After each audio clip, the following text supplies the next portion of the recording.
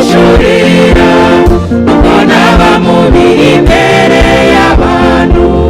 Wowe wambyaye ntuzanyihakana ubwo n'ubundi wankunze ntacyo nciye.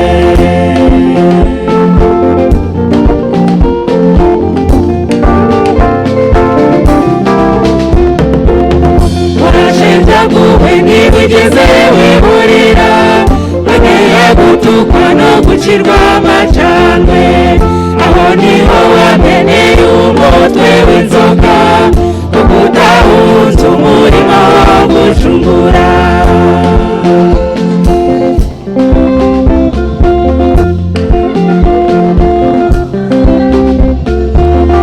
Abo uzarimbura ntiwabihishurira nubwo naba mubi imbere y'abantu.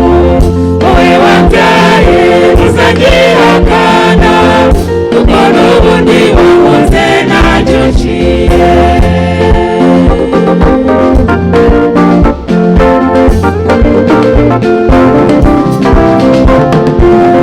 Iyo utemera kwemera ngo mpfire, urumazerera nk'abadayimoni. Ushimwe kuko urupfu warunesheje, ugatangaza intsinzi idashira.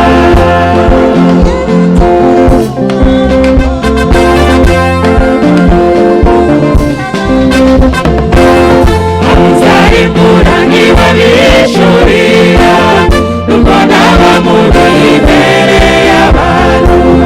Wowe wambyaye ntuzanyihakana kuko n'ubundi wankunze ntacyo nciye.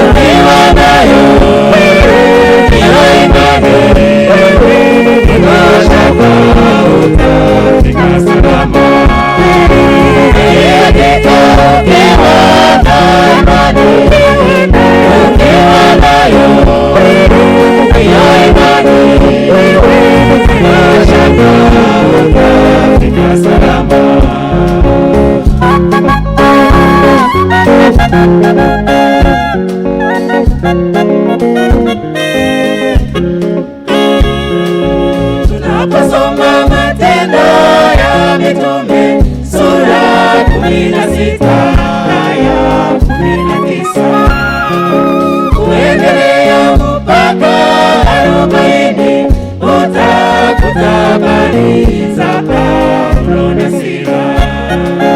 Tunaposoma Matendo ya Mitume sura 16 aya 19 kuendelea mpaka 40 utakuta habari za Paulo na Sila.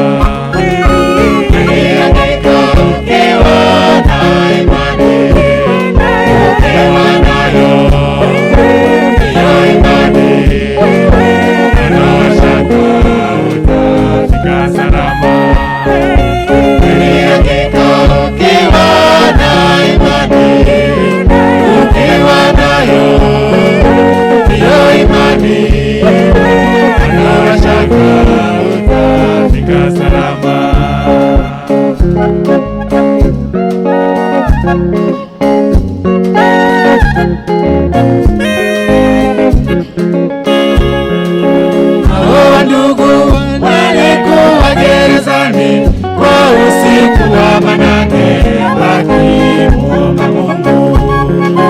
Kwa imani mbingu ikafunguka, nayo tetemeko ikatokea kubwa. Hao ndugu walikuwa gerezani kwa usiku wa manane wakimuomba Mungu. Kwa imani mbingu ikafunguka, nayo tetemeko ikatokea kubwa. Hakika ukiwa na imani, ukiwa nayo hiyo imani, ondoa shaka, utafika salama. Hakika ukiwa na imani, ukiwa nayo hiyo imani, ondoa shaka.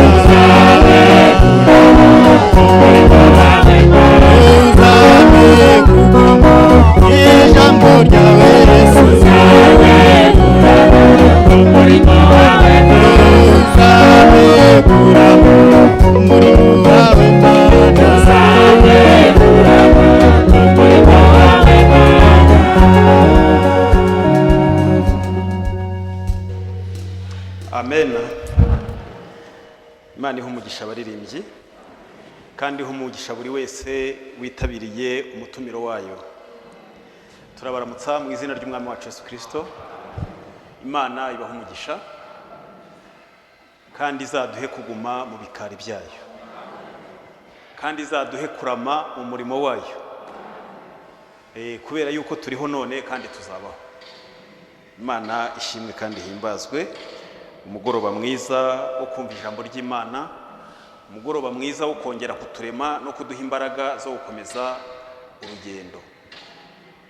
Uzaza ntazatinda, yewe noneho aratwegereye kurusha igihe twizereye. Imana ishimwe kandi himbazwe. Mu gusenga turashimira Imana yuko yabanye n'abapasiteri wacu. Twari twaravuze ko yagiye mu murimo w'Imana mu ntara y'Amajyaruguru ndetse n'Iburengerazuba, i Rubavu.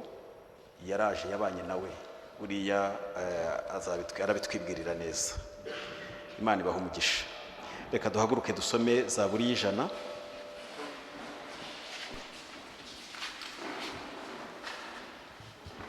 Zaburi y'Ijana duhere ku murongo wa mbere.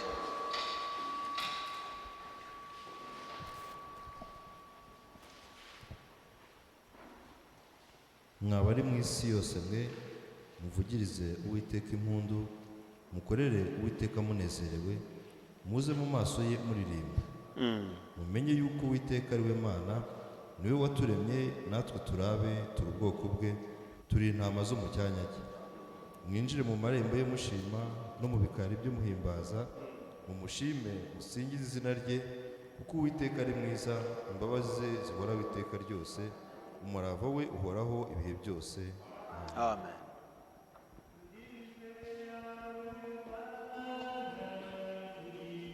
Yawe utugenza uko ushaka, turi imbere yawe Yesu we, turi imbere yawe Mana, turi imbere yawe Yesu we, utugenza uko ushaka, turi imbere yawe. Tuje ntacyo dushoboye, turi imbere yawe, utubabarire nabi, turi imbere yawe Yesu we, turi imbere yawe Mana, turi imbere yawe Yesu we, utugenza uko ushaka, turi imbere yawe. Dore tuzanye intege nke, ani imbere yawe,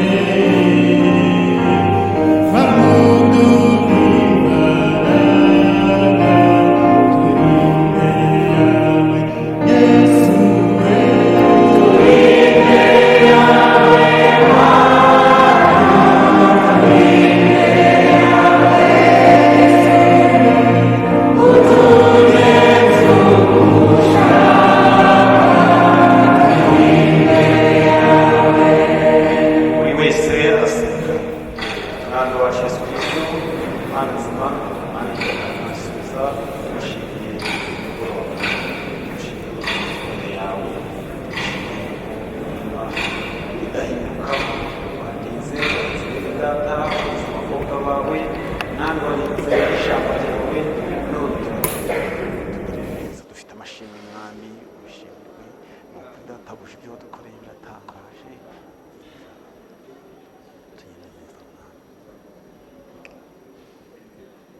Ninde waje imbere yawe wa Mana we, agataha atakubonye wa Mana we.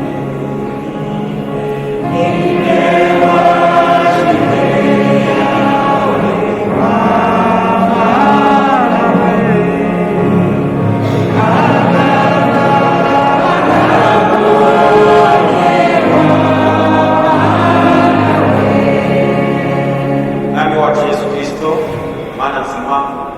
yumva kandi Imana isubiza, Arufa na Omega, uwaremye ijuru n'isi. Mwami, wowe watangiye umurimo akaba ari nawe uzawurangiza, warangiza natwe ukaduhamagara muri iki gihe giheruka, abatari bakwiriye, abatari ubwoko ukaduhindura ubwoko, abatari abera ukaduhindura abera, abari abo gucirwaho iteka ukatugira b'imbabazi. Mwami, turateranye, turagushimira ibyo wadukoreye Mwami. Dufite amashimwe menshi mu mitima yacu, kuko iyo turebye inyuma dusanga koko tutari dukwiriye, ariko twareba uyu munsi tugasanga turi uko tutari turi, nubwo tutaraba uko Mwami dukwiriye kuzaba, ariko umurimo ni uwawe, ni wowe ugenda udushyira ku murongo buri munsi. No kuri uyu mugoroba ubikore Mwami. Duteranye mu izina ryawe, tuje imbere yawe, ntabwo tuje imbere y'umuntu uwo ari we wese, ntabwo tuje imbere y'umubwiriza, ahubwo tuje mu izina ryawe Yesu Kristo, kandi tuje kumva ijambo ryawe. Niyo mpamvu Mwami tugusabye imbabazi, ibyo twakoze byangwa nawe byose, ibyo twumvise, ibyiyumviro by'umubiri byose, ibyo byaba byatumye twandura, ubitubabarire mu izina ryawe Yesu Kristo. Maze Mana ishobora byose, aya materaniro abe umubavu uhumura neza imbere yawe. Dusabiye umugaragu wawe uri bukoreshe, umwambike imbaraga mu mwuka no mu mubiri, umugirire neza Mwami, natwe tubone umugisha kandi nawe tubonereho umugisha. Uha umugisha aya materaniro y'uyu mugoroba, wakira amashimwe ari mu mitima yacu, kandi wakire n'ibyifuzo biri mu mitima yacu, kubera ko niwe watubwiye ngo abarushye n'abaremerewe baze bagusange urabaruhura. Ni nayo mpamvu iyo turuhutse amashimwe niwe twongera tukayagarurira Mwami. Urakoze, wabanye n'umugaragu wawe Mwami, umushumba w'iri torero, mwaragendanye none mwaragarukanye, nabyo turabigushimiye. Ubane natwe, dusabiye igihugu cyacu Mwami, abayobozi bacyo ubaha umugisha kugeza ku muturage wo hasi. Dusabiye Isirayeli, dusabiye umurimo wawe, dusabiye abagaragu bawe muri iki gihe cy'akaga, muri iki gihe cy'icyorezo, muri iki gihe kigoye, ariko Mwami waradusezeranije, kandi ibihe bikomeye ntabwo byakuraho amasezerano, ahubwo waratubwiye ngo hamwe n'ibitugoye n'igihe bizaba bikomeye uzaducira kanzu. Ushimwe kandi uhimbazwe Mwami. Urakoze, ubane natwe, utangirane natwe, urangizanye natwe.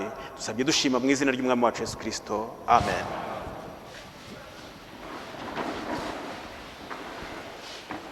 Imana ibaha umugisha. Twakiriye mwene data turirimbisha, twitegura kumva ijambo ry'Imana.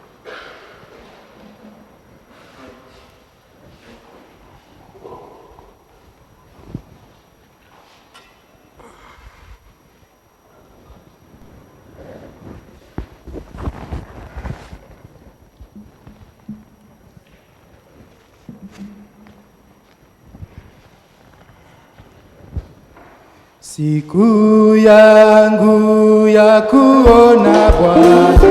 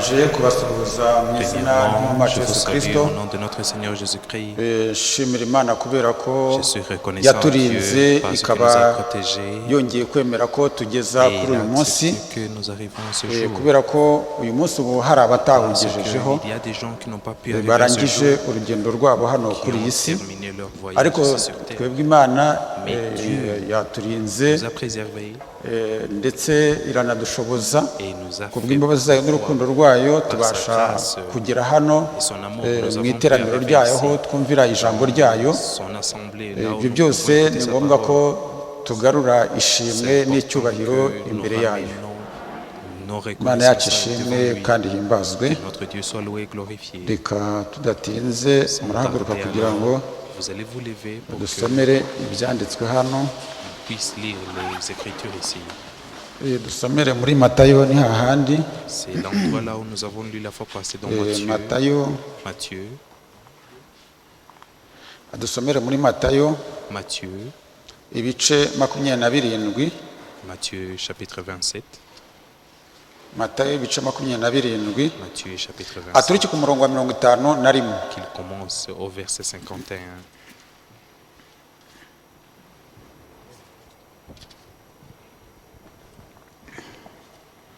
umwenda ukingiriza ahera cyane w'urusengero utabukamo kabiri, utangirira hejuru ugeza hasi, isi iratigita, ibitare birameneka, ibituro birakinguka, intumbi nyinshi z'abera bari barasinziriye zirazurwa, bava mu bituro, maze amaze kuzuka binjira mu murwa wera, babonekera benshi.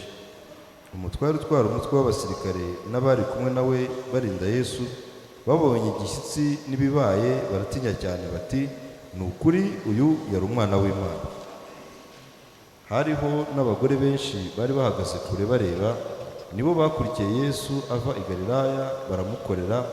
Muri bo harimo Mariya Magadalena na Mariya nyina wa Yakobo na Yosefu na nyina wa bene Zebedayo. Amen. Urakoze Merci. Imana y'icyubahiro, databuja mutangabugingo. Maître procureur de la Umugoroba vie, w'uyu munsi ishimwe n'icyubahiro bikugarukire. Tuje imbere yawe, tuje turi abanyantege nke, tuje tukwinginga kugira ngo urebe ubugingo bwacu, urebe imitima yacu, wongere ugenzure uko tukumereye, intege nke zacu zirengagize, ubanze uturebere munsi y'amaraso yawe, kuko buri wese uko twaje hano, buri wese yaje yifuza umugabane we. chacun est venu cherchant Ndagusaba sa kugira part. ngo twese Je te utugenere demande, ibyo ubona je te ko prie que bidukwiriye. tu nous donnes ce qui nous sommes Uwiteka Mana igira dignes. neza, Éternel Dieu de bonté, tumaze gusomerwa ibi byanditswe byera, ijambo ryawe, ari ibi byanditswe tumaze que ce gusomerwa, soit ari celles byo que nous venons de tutarasomerwa, lire, celles que nous n'avons pas lues encore. byose turagusaba kugira ngo Nous te umwuka demandons wawe que abizeho, ton esprit kugira ngo agire puisse icyo descendre sur ces abitubwiraho, Écritures et qu'il nous dise quelque kubera ko chose sur ijambo ça. ryawe ni Parce ukuri que ngo ta inyuguti parole iricisha, est vraie ariko et umwuka véritable. agahesha La lettre ubugingo. tu mets Ibindi l'esprit byanditswe d'envie. ngo ibi Et byanditswe les byanditswe autres n'abagaragu Écritures bawe, disent que kandi ces bakaba bari Écritures- bashorewe n'umwuka ces wawe. Écritures ont été écrites Kuko par wari tes urejo n'uyu serviteurs munsi qui ni étaient kuri, conduits par ton uwo esprit. mwuka wawe Comme tu étais hier, umugoroba cette munsi Écriture turamukeneye, aujourd'hui, ton esprit, kugira ngo nous avons aze besoin de ton atugenere esprit ibyo pour qu'il abona ko vienne bidukwiriye. nous procurer ce qui nous sommes Witeka dignes. Mana igira neza, Éternel Dieu de ubane bonté, natwe, sois avec nous. utugenere ibyo ubona ko bidukwiriye, Procure-nous mu ce qui izina nous rya sommes Yesu dignes. dusabe Au nom dushima. de Jésus-Christ, Amen. nous prions. Amen. Turacyakomeza gushimira Imana Nous sommes toujours yadukunze, reconnaissants à Dieu qui nous a aimés, urukundo rwayo qui nous a tant aimés. ikaba yararutugaragarije Nous a ubwo montré son amour. ubwo yatumurikiraga Quand il nous a ikadukura éclairés, mu mwijima, et qu'il nous a ikaduhishurira fait sortir ijambo des ryayo, ténèbres, qui nous a kugira ngo révélé sa parole pour que turigenderemo nous puissions tucyambaye marcher, uyu mubiri, portant riduheshe toujours cette ubuzima qui bw'iteka. nous donne la vie éternelle. Kubera ko ibyanditswe biravuga Parce ngo que les Écritures disent, ni hariya Pawulo asobanura avuga ku C'est là byerekeranye que Paul n'umuzuko, explique, ati c'est abafite concernant inyama la n'amaraso résurrection, bisa ceux qui ont la chair et byonyine, le sang abafite seulement, inyama n'amaraso gusa ceux qui ont la ntibazaragwa chair et le sang ubwami seulement bw'Imana. n'hériteront Bivuze pas ngo iki? le Bivuze royaume du ngo ciel. abafite inyama Ça n'amaraso veut dire que ceux qui muri bo hatarimo la chair ijambo et ry'Imana, le sang, et qu'il kuko n'y a pas la ijambo parole ry'Imana en eux, ni ryo buzima parce que la parole bw'iteka. de Dieu est la vie Imana yacu éternelle. ishimwe kandi himbazwe. Que notre Dieu soit Nicyo loué et Pawulo aravuga ati glorifié. C'est ce que abafite Paul inyama dit. n'amaraso bisa Ceux qui ont seulement le byonyine. chair et le sang, ntibazaragwa ubwami Ils n'hériteront bw'Imana. pas le ariko royaume de turashimira Dieu. Imana Mais kubera nous yuko sommes reconnaissants tucyambaye parce umubiri que w'inyama n'amaraso portons toujours cette chair et Imana itemeye ko Dieu n'a pas dukomeza accepté kuba que nous abantu b'inyama n'amaraso puissions gusa être ahubwo seulement ikaduha les gens ijambo de ryayo chair et sang. Mais nous ikaduhishurira a donné sa ijambo parole. ryayo Nous a révélé sa kugira ngo parole. riture muri twe ribe muri twe Puisse vivre kuko ijambo en nous, ry'Imana parce niryo que la parole de buzima. Dieu est la vie. Amen. Umwami Yesu yaravuze ati Le Seigneur Jésus a dit, amagambo mbabwiye les niyo paroles que je mwuka vous annonce, kandi c'est niyo bugingo. c'est l'esprit et la vie. ni ukuvuga ngo iyo wakiriye ijambo Ça veut dire que ry'Imana quand tu reçois rihishuwe la parole de Dieu révélée, ni ukuvuga ngo uba ça veut dire wakiriye que ubugingo. tu as reçu la vie. Imana yacu ishimwe kandi ihimbazwe Dieu soit glorifié. ku bw'ibyo Pour ça. kuko ibyanditswe bivuga ngo twari dupfuye tuzize ibicumuro byacu ariko ku bw'imbabazi zayo iradukiza itabitewe n'uko twari beza ngo ibe yaraduhamagaye kubera ko twari beza ahubwo ibitewe n'imigambi yayo ibitewe na gahunda yayo ibitewe n'uko yagiye ipanga ibintu uhereye ku itangiriro kugeza ku isoza uko Imana yagiye ipanga ikintu cyose cyangwa se iteganya ipanga ikintu icyo ari cyo cyose uko yagiye igipanga yagipanze nk'uko ibishaka kandi izagisohoza kubera yuko ngo yita ibitariho nk'aho biriho iyo itari yakora itari yarema itari yarema ibyo yaremye ibyanditswe biratubwira ngo itari yarema ibyo yaremye iyo yabibonaga nk'aho biriho iyo yabibonaga nk'aho bihari Imana yacu ishimwe kandi himbazwe ngo duhawe umwana w'umuhungu yatuvutse azitwa igitangaza Yesaya akabibona nk'aho biri imbere ye yabibonaga nk'aho biri aho ngaho nk'aho biri imbere yita ibitariho nk'aho ari ibiriho Imana yacu ishimwe kandi ihimbazwe ubwo rero nifuzaga ko twongera kugaruka nanone ku byerekeranye n'imizuko twavuze ubushize yuko hari imizuko ine impamvu ndimo kubigarukaho kenshi ni uko hari ababajije nanone kuri ibyerekeranye n'iriya mizuko ni ukuvuga ngo ni imizuko ine nk'uko tubibona mu byanditswe ariko iyo mizuko ine hari imizuko itatu ibanza iyo ngiyo ikubiye mu muzuko umwe akaba ari nawo muzuko wa mbere nongere mbisubiremo aho ngaho ni ukuvuga ngo imizuko itatu ibanziriza uwa kane yose ni imizuko ikubiye mu muzuko umwe ari wo muzuko witwa umuzuko wa mbere niho ibyanditswe bivuga ngo abafite umugabane wo kuzuka kwa mbere ngo barahirwa kandi ni abera urupfu rwa kabiri ngo ntacyo rutwara abameze gutyo Imana yacu ishimwe kandi himbazwe ibyo kandi nta nubwo bigarukiye ahubwo tuzakomeza kubivuga kuko ni igihe cyabyo ni igihe cyabyo kuko twegereje umuzuko wa bene data batubanjirije bagiye kuzuka natwe abariho tuzahindurwa duhere ko tujye gusanganira umwami tutabivuze rero none se tuvuga iki tugomba kuvuga ibiriho ntabwo watangaza inkuru itariho ahubwo abantu batangaza inkuru kubera ko iriho siko mu banyamakuru siko bajya babigenza ntabwo batangaza inkuru itariho ahubwo batangaza inkuru iriho Imana yacu ishimwe kandi himbazwe none ubwo izuka ry'abapfuye twebwe tubyizera yuko abapfuye bazazuka none iyo nkuru niba twizera ko ihari twabuzwa n'iki kuyivuga none duceceke oya tuzabivuga mbere n'uvuga ngo tuzabivuga tugomba kubivuga tukavuga yuko abapfuye bazazuka ndetse tukabireba no mu byanditswe uburyo hari umuzuko wa mbere uwo muzuko wa mbere tumaze kuwusomerwa muzi ko Imana ari umwuka. Dieu est esprit. Imana ni umwuka. Ibyo Dieu est tubisoma esprit. muri Yohana, Nous lisons ça dans Jean, muri Yohana ibice dans 4 l'évangile kugira de ngo Jean, umurongo wa chapitre 23 4, ntibeshye verset nadusomere 26, je hadusomere crois, qu'il lit pour nous.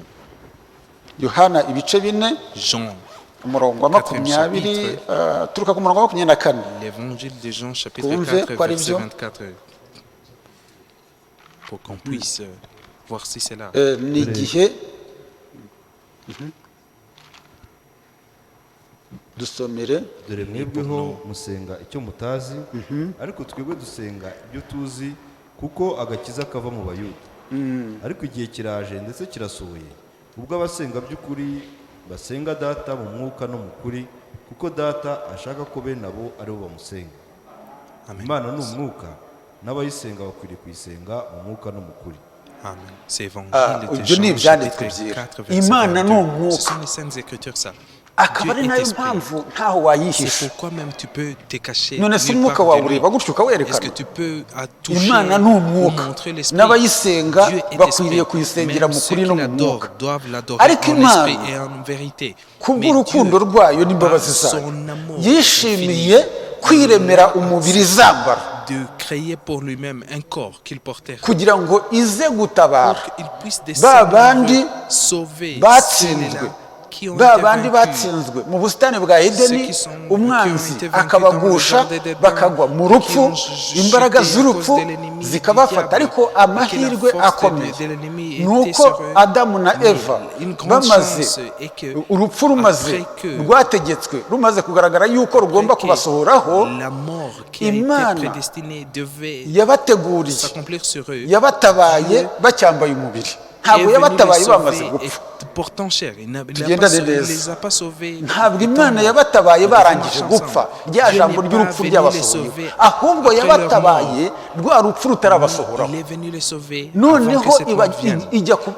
imana y'ubwayo kuko Et Dieu lui-même, imana niyo yagiye Parce kwishakira que c'est igitambo Dieu qui est allé trouver pour lui-même l'offrande. imana y'ubwayo Dieu ijya lui-même. kwishakira igitambo Il est allé trouver l'offrande.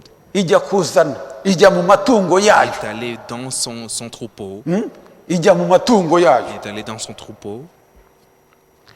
kuko amatungo yose Parce que ni ay'uwiteka toute bête appartient à l'éternel. amatungo yose Toute bête appartient à Niyo l'éternel. mpamvu C'est pourquoi ibyanditswe muri zaburi bivuga ngo les Écritures dont sinkugayira ibitambo disent je ne suis pas contre toi à cause de tes offrandes kandi nta nzara mfite et j'ai pas même faim.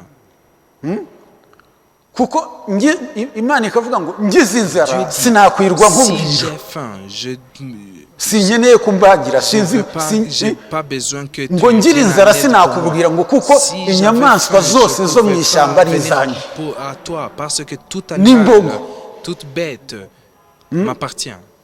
inyamaswa zose z'ishyamba Tout n'inka animal n'iki de forêt, amatungo yose ni toute ay'uwiteka bête, tout animal appartient à l'Éternel. niyo mpamvu rero ubwira umuntu C'est iti pourquoi iyo ngira inzara dire sinakwirwa nkubwira kuko l'homme byose ari ibyanjye si j'avais faim, je nubwo pouvais pas ubyoroye t'adresser la nubwo parole ugize parce gute que tout ubibungabunga m'appartient. ariko Même ni si j'ai ibyanjye besoin de ça, ça iyo ngira m'appartient. inzara rero sinakwirwa nkubwira Si j'avais faim, je pouvais imana pas yacu venir ishimwe te le kandi dire. himbazwe niyo mpamvu Que ibyo notre Dieu dukora soit byose glorifié. C'est pourquoi ni toutes choses que ibyayo nous faisons, ça lui appartient. ni ibyayo lui imana yacu ishimwe Que notre kandi Dieu himbazwe soit noneho glorifié. iragenda izana amatungo yayo Il est irabaga allé dans son ishaka troupeau, imyambaro il trouva y'impu imena l'offrande. amaraso Il a pris la Uru- peau habayeho de urupfu l'animal. Il y a eu la mort kugira ngo pour que adamu na eva be Adam kurimbuka et Ève ne puissent pas périr. ibashakira igitambo Il a trouvé pour eux noneho une imana offrande. irongera Et irabambika Dieu yambika adamu na les a eva vêtus encore. Adam et Ève. ni ukuvuga ngo Ça veut dire que rwa rupfu cette mort rw'ubugingo Cette rwakuweho mort n'uwo de mwambaro l'âme rwakuweho a n'ayo été maraso enlevé par ce sang, par ce vêtement.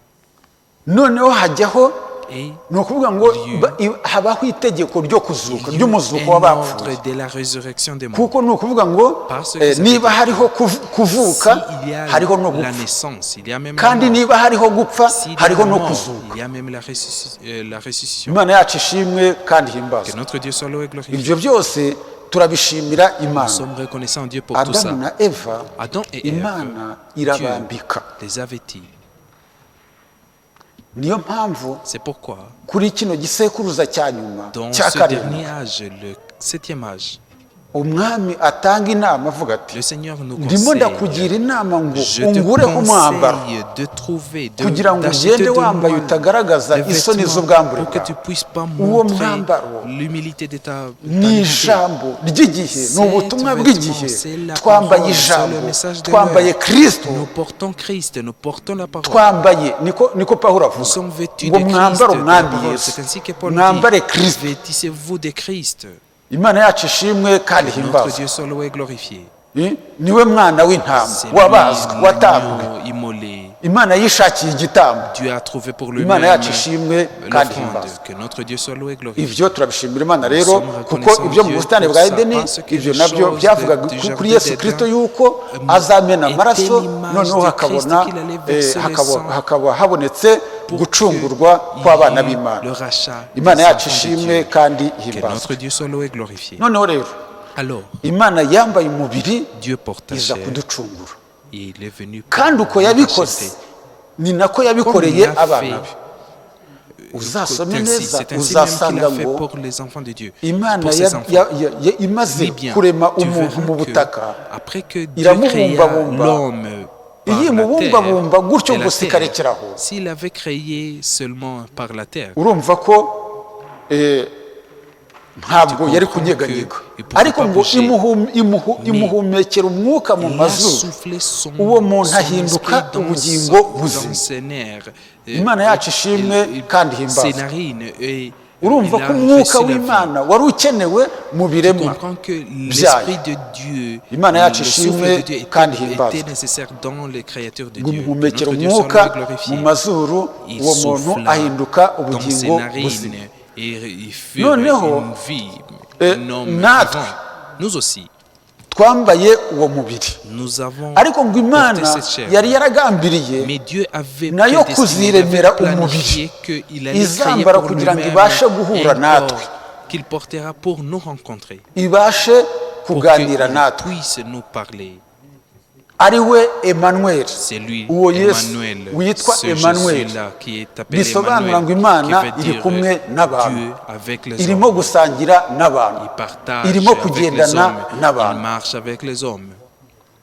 uretse noneho n'imana Ce n'est pas seulement reka nsubire aho Dieu. ngaho Je vais umuhanuzi retourner aravuga là-bas. ngo Même le prophète imana icyo yakoze Ce que Dieu a yatwambitse umubiri il nous a kugira ngo guhura kubashe donné la kubaho chair pour que nous puissions kuko ntambaye pour que umubiri la rencontre sinajya puisse gusuhuza être. uriya Parce que si je nawe ne porte pas ntiyasuhuza. la chair, je ne peux pas aller saluer Siko celui-là. bimeze. Il peut même me noneho ngo icyo saluer. imana yakoze Mais ce que Dieu yatwambitse a fait, umubiri il nous a donné un corps ngo icyo imana yakoze C'est que yatwambitse Dieu a fait, umubiri il nous a kugira donné ngo un corps guhura kubashe kubaho pour que la rencontre puisse être. impamvu duhura La raison tukagenda pour laquelle nous puissions tugakora marcher, imirimo nous tukagira puissions gute nous tugahura rencontrer, tugasuhuzanya nous ni puissions nous ukubera saluer. wa C'est mwuka parce que cet wa muntu esprit-là, w'imbere ce imana yashyize don muri twe intérieur que Dieu a mis en nous.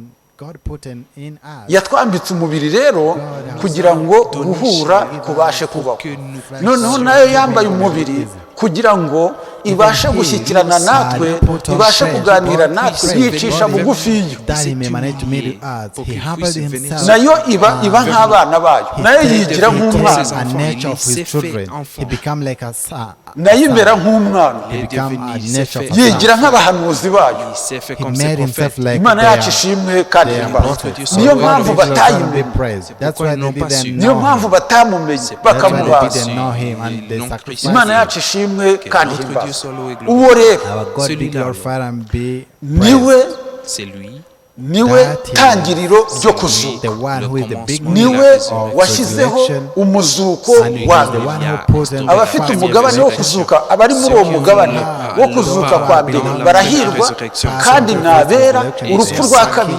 ntirugira icyo rutwara abameze ne peut gutyo rien faire contre eux. niyo mpamvu uzasome neza uzasanga muri iyo mizuko itatu Que dans ces trois ni résurrections, abantu bagiye bapfa baragiye bamuhamya bacyambaye umubiri After testify him when they was in imana yacu fresh. ishimwe kandi himbazwe notre Our Dieu soit God be loué. glorified and be blessed. Nous lirons ça. We will read that.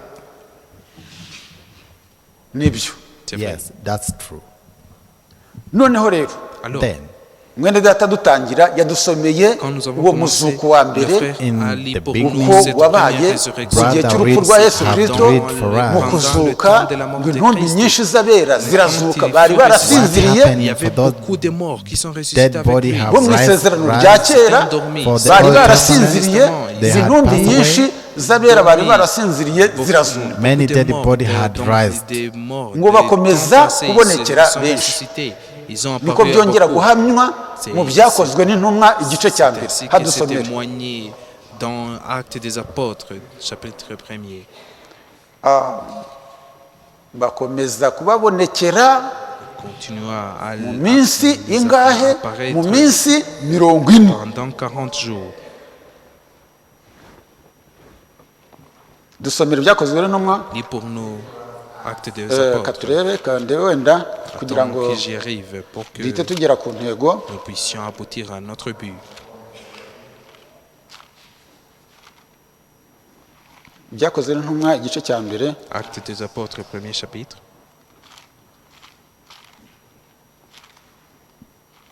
ye turuka ku murongo wa mbere nibyo Commence du premier ukomeze verset et continue. Teofilo we muri cya gitabo cya mbere nanditse ibyo Yesu yabanje gukora no kwigisha byose kugeza ku munsi yazamuriwe mu ijuru amaze gutegeka intumwa yatoranije azitegekesheje umwuka wera amaze kubabazwa ababonekera ari muzima atanga ibimenyetso byinshi agumya kubabonekera mu minsi 40 avuga iby'ubwami bw'Imana nuko abateraniriza hamwe abategeka kutava i Yerusalemu ati ahubwo murindire ibyo data yasezeranije ibyo nababwiye kuko Yohana yabatirishaga amazi ariko mwebweho mu minsi mike muzabatirishwa umwuka wera nuko bamaze guterana baramubaza bati mbese mwami iki ni cyo gihe wenda kugaruriramo ubwami mu Bisirayeli arabasubiza ati si ibyanyu kumenya iby'iminsi cyangwa ibihe data yagennye ni ubutware bwe wenyine amen Amen. urumva ni nayo mpamvu Vous comprenez, c'est pourquoi même nta muntu w'Imana wizera ijambo il y a ry'Imana une ushobora personne qui croit gukora la parole ikosa de Dieu, qui peut faire une ryo erreur kuvuga igihe umwami et azaza prononcer le temps que cyangwa Christ kuvuga igihe abapfuye reviendra bazazukira ou quand ngo les ni morts seront ibanga ressuscités. ry'Imana C'est un secret ngo de Dieu. ni ukuvuga ngo Ça veut dire umunsi wo kugaruka kwe Le kuza jour de gutwara son itorero retour pour venir prendre son église. niwe wenyine ni C'est lui Imana seul, yonyine c'est Dieu iwuzi seul qui connaît ce temps-là. ariko uwo munsi Ce jour-là, tukaba dufite ibanga rimwe gusa nous avons un seul secret. uwo munsi uvugwa yuko Ce jour qui est dit utazwi n'umuntu wese qu'on dit que personne ne le sait. dufite ibanga rimwe Nous gusa avons seulement un seul secret. n'ibanga C'est un rivuga ngo secret qui dit, pawulo yavuze ati Paul a dit, ariko mwebweho mais vous, ntabwo muri mu mwijima vous n'êtes pas dans le ténèbre, ngo uwo munsi uzabatungure que ce jour vienne en surprise pour vous. ngo kuko uzatungura abantu Parce bose qu'il sera une umeze nk'umutego surprise pour toute personne. Ça sera comme un piège. noneho rero icyitonderwa Mais ni uko mwene data na mushiki wacu wumvishe iri jambo mon frère et ma soeur, yaba maso cyane écoute cette parole. kugira qu'ils ngo soient atazatungurwa veillants, pour qu'ils soient pas kuko mu gihe kiri imbere pris en abantu benshi surprise. Parce que dans le bazifuza temps proche, agakiza beaucoup basange de bakerewe gens désireront d'avoir le salut, mais ils seront en bazifuza retard. kuza muri iri jambo Ils voudront ariko venir dans cette bazasanga parole, bakerewe mais ils seront en retard. umwana w'Imana rero L'enfant de Dieu ashishikazwa no kugira icyo Il akora se atari yakerewe précipite de faire quelque chose avant qu'ils soient en retard. ngo nicyo gituma tugira umwete C'est wo pourquoi kumunezeza niko Pawulo avuga ayons toujours le tucyambaye courage uno mubiri de le plaire, portant toujours cette chair. imana yacu ishimwe kandi Notre himbazwe Dieu soit loué, noneho rero glorifié. ibanga riraha Alors le secret est ici. ngo uwo munsi mwebweho ntabwo muri mu mwijima Ce n'est- ngo vous n'êtes pas uzabatungura dans niyo mpamvu le ténèbre buri gihe pour que ce cyose jour vienne en dushishikazwa surprise. C'est pourquoi no chaque kumva fois, amagambo y'Imana nous, kuko précipitons, ijambo nous avons le ry'Imana courage ni d'écouter itabaza la parole de Dieu parce que la parole de Dieu est ijambo une lampe. ry'Imana ni urumuri La parole nicyo de gituma Dieu, c'est duterana une éclair kuko qui- iyo duteranye c'est pourquoi nous nous twumva réunissons, ijambo parce que ry'Imana quand nous rikatumurikira nous écoutons la parole de rikakwereka Dieu icyaha pour cyawe nous aho kiri éclairer et te rikakwereka montrer là où intege ton nke zawe aho péché, ziri. là où il y a ni wowe ta ushobora faiblesse. gufata icyemezo Toi-même cyo qui gusenya peux prendre izo la ntege nke, décision cyo gukuraho izo ntege nke d'écraser, de ubifashijwemo mettre à côté toutes n'imbaraga ces z'Imana, faiblesses par l'aide de la force de Dieu. kuko Imana niyo kwizerwa. Parce que niba Dieu est ijambo juste et ry'Imana rikweretse fidèle. intege nke zawe, Si la parole de Dieu te montre tes rikakwereka faiblesses icyaha ufite et qui te montre ukora ton péché mu ibanga, dans le nta secret, mwene data mushiki wacu sans qu'il y ait ukizi, quelqu'un qui est ngo abe là, yaguhugura, que ce soit le ukaba frère ou ugikora sœur mu ibanga. qui ijambo iyo rije te donne des conseils. Quand riza la kugira parole ngo de Dieu rikore ku vient, ntege nke zacu, il vient pour que il uhereye touche kuri sur nos njyewe faiblesses, uhagarara aha, commençant par uhereye ku wundi moi uhagarara aha, qui me no tiens ku ici, wicaye, ou l'autre twese qui se tient tuza ici, ou les autres qui kugira sont ngo ici. ijambo Nous ry'Imana tous, nous rikore venons ku pour ntege que nke la zacu. parole de Dieu puisse atteindre à nos faiblesses. Niko biri. C'est ainsi. Wavuga uti Tu peux dire, ese umuntu uhagarara aho nawe est-ce que quelqu'un qui se ijambo tient riba là, rimureba lui niwe wa aussi, mbere la ahubwo parole le niwe concerne. kuko nawe C'est lui. hari n'igihe aza En guhagarara effet, hano c'est lui à qui la parole s'adresse ijambo premièrement. rikaza nawe akumva ari ubwa mbere, C'est pourquoi quand il y a des fois akumva qu'il ari peut ubwa se mbere lever iryo jambo ici rivuze. et il peut voir Niyo la mpamvu parole nawe et il rero voit que c'est la première fois qu'il aba a ari umwe mu fait bicaye, ça. C'est pourquoi kuko lui nawe aba aussi, agomba kwisuzuma, il est ese parmi iri jambo ceux qui navuze s'assit là, parce qu'il doit s'examiner njyewe aussi, ndigenderamo. se demander est-ce que cette urumva parole ko que nawe j'ai prononcée, afite umurimo est-ce que je wo marche kugendera muri dedans? bya bindi Lui yavuze. aussi il a la nicyo Pawulo responsabilité avuga de ati marcher nabwiriza dans ce qu'il a abandi dit. njyewe simboneke ko nemewe byamarira iki. Pourquoi puisse-je prêcher les autres alors que moi, ça ne me concerne pas? Niko bimeze. C'est ainsi. Imana yacu ishimwe kandi himbazwe. Notre Dieu soit loué et glorifié. noneho Alors, Imana yambara umubiri Dieu porte ta chair kugira ngo ize gucungura pour abana bacu. venir sauver ses Ibyo enfants. ngibyo turabishimira Imana Nous cyane. sommes reconnaissants à Dieu pour ça. Umuzuko wa mbere, La première résurrection umuzuko wa mbere wabonetse mu gihe cya Yesu Kristo. a été manifestée dans Noneho le rero temps de Jésus-Christ. ari umuzuko Alors, wundi tugiye gusoma ari wo utureba twebwe ubu. la Reka mbisubiremo gutyo, narabivuze ariko reka mbisubiremo gutyo. Umuzuko dutegereje hafi aho. La résurrection qui nous attend si proche.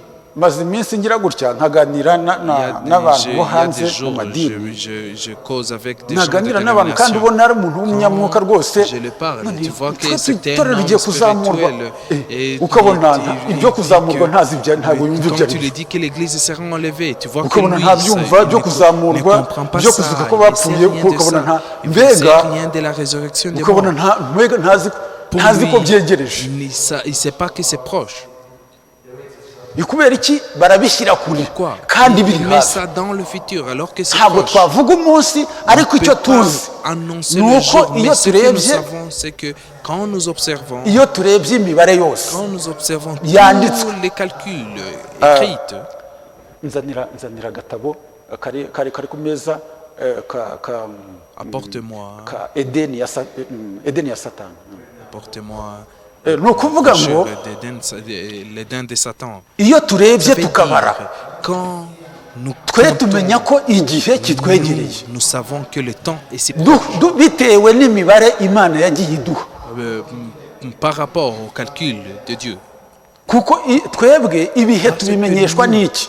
Nous savons, nous Ibihe connaissons aho le temps bigeze par quoi? nuko bikurikirana Nous tubimenyeshwa savons le n'ibyanditswe. temps selon Ntabwo ari les ibintu Écritures. C'est byo pas ku- des ntabwo ari ibintu choses, dusoma ahandi c'est pas des choses que nous lisons mwumvaho autre part. n'ahandi, ni byo Nous lisons des kuzisoma nouvelles. imvaho C'est rwose bien ujye uzisoma, lire, ariko ujye bien uzisoma des umenya ko hari nouvelles. n'indi mvaho, Mais umenye sache ko hari n'ikindi qu'il y a gitabo, aussi un kuko autre ntabwo umuntu asoma livre qui est ntabwo important. umuntu asoma, umunyabwenge ntasoma igitabo kimwe Un gusa, sage ne lit ahubwo pas hari seulement un n'ikindi livre, gitabo asoma.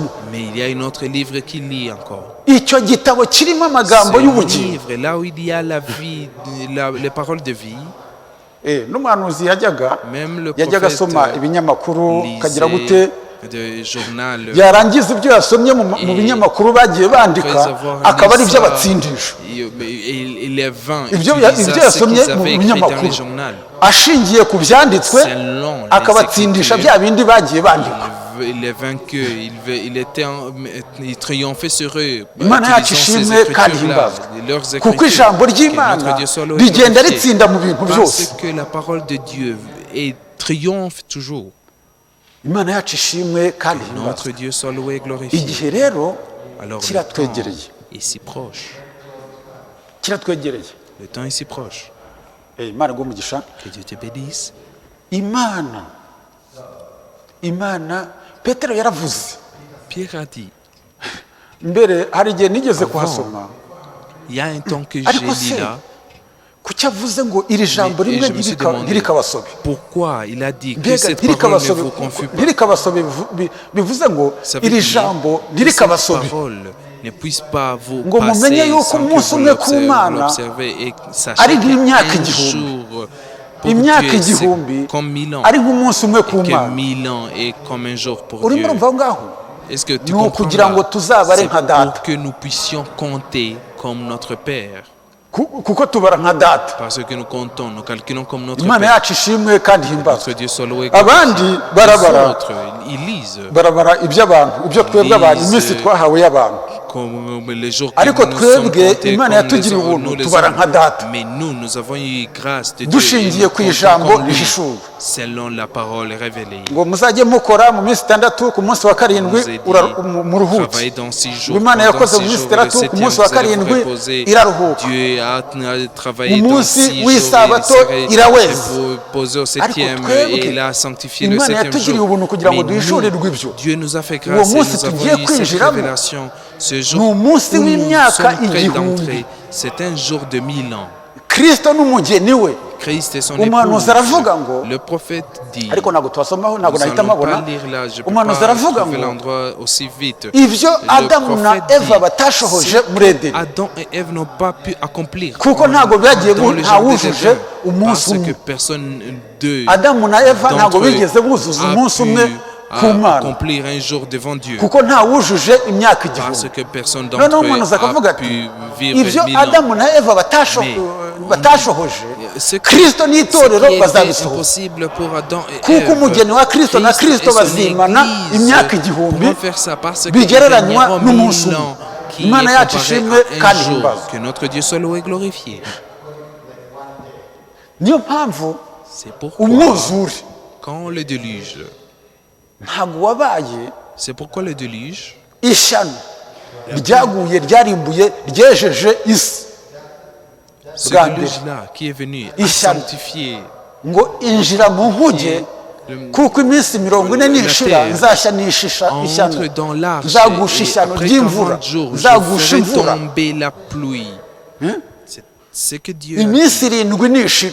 Après Iyo sept minsi jours, 7 yavugwaga ces 7 jours qui étaient ni uko kuva ku prononcés, itangiriro c'est que depuis le kugeza commencement uyu munsi wa jusqu'au gatandatu, jour turi ku wa du 6e gatandatu, jour, nous sommes au 6e jour, umugeni agiye kuzamuka. le samedi, Namara kuzamuka, et bientôt, il est namara proche un kuzamuka, enlèvement. muzi yuko Après cet hari enlèvement, vous savez ubukwe que bw'imyaka 3 n'igice. il y a le mariage de 3 ans et demi. Ni ukuvuga ngo Ça veut namara dire- kuzamurwa nyuma Après son enlèvement, hari après, imyaka igihumbi il y a 1000 ans igereranywa na wa qui munsi est umwe ku comparé Mana. à ce Uwo jour. munsi azaba ari Dieu, umunsi wa un karindwi. jour qui est comparé à un jour devant Ni Dieu. ukuvuga ngo Ce jour Imana sera le yabwiye deuxième. no ngo injira mu nkuge, kuko iminsi 7 nishira nzashya n'ishyano mu d'entrer isi, dans l'arche nzagusha parce imvura, qu'après ces mbega jours isi je ferai izagusha tomber ishyano. un pluie. Iryo Ce shyano sera un désastre ryavugwaga pour le n'ubundi monde. iminsi Ce 7 nishira. désastre mais qui était dit Muzi ko ce turi temps-là. Même ku après Mana, 7 turi ku jours, munsi turi ku munsi wa gatandatu, nous sommes au 6e jour devant Dieu. Pour Dieu, tugiye kwinjira ku munsi wa karindwi. nous allons entrer dans le 7e. Uwo munsi wa karindwi nushira, Après ce niho 7e umuriro jour, uzatwika c'est isi, là où il y aura le feu. nk'uko sur ya la mvura terre. nayo, Comme cette pluie-là dans ni ce nk'uko Imana yabwiye temps-là de ngo Noé. iminsi 7 Comme nishira Dieu a ordonné izashyanisha à imvura. Noé qu'après Ni ces nako jours, il iminsi fera 7 nishira tomber la Imana pluie. izashyanisha C'est ainsi même umuriro. qu'après Noneho ntabwo 7 izashyanisha jours, imvura, il kuko fera yashyize tomber le feu. Ça ne umukororombya sera pas mu bicu. la pluie Ngo parce yashyize qu'il a umuheto mis wanjye un mu bicu, arc-en-ciel niwe dans le mukororombya ciel. ugereranywa n'ibihe C'est birindwi by'itorero. l'arc-en-ciel qui est comparé à Kizu- cet twebwe âge de twabonye l'Église. ikimenyetso. Nous avons eu le signe. Twabonye ikimenyetso, twabonye Nous avons umukororombya. reçu Umukororombya l'arc-en-ciel. wagereranywaga n'ibihe Cet birindwi arc-en-ciel qui était comparé à cet by'itorero. âge de Imana yacu l'Église. ishimwe kandi Que notre Dieu himbazwe. soit Iki loué et kimenyetso glorifié. Ce signe, hanze barajarajara à ntabwo bazi ibyo ari l'extérieur, byo, ils sont en confusion. ariko twebwe twabonye Savent pas ikimenyetso. de quoi il s'agit, mais nous avons reçu Imana un yacu signe. ishimwe kandi Que himbazwe. notre Dieu soit loué et glorifié. noneho iminsi 7 rero nishira Alors après 7 jours, imana ntabwo noneho izashyanisha imvura Dieu ne ahubwo fera pas tomber izashyanisha maintenant la umuriro pluie, ariko mais il imana fera yacu tomber le ishimwe feu. kubera Mais yuko que notre Dieu soit loué et yaduhamagaye glorifié parce qu'il ikadukiza nous a appelés, il nous a ibyo byago sauvés. byose bizatera Tous ces désastres qui viendront. imana yacu ishimwe kandi Que himbazwe notre Dieu soit loué et glorifié.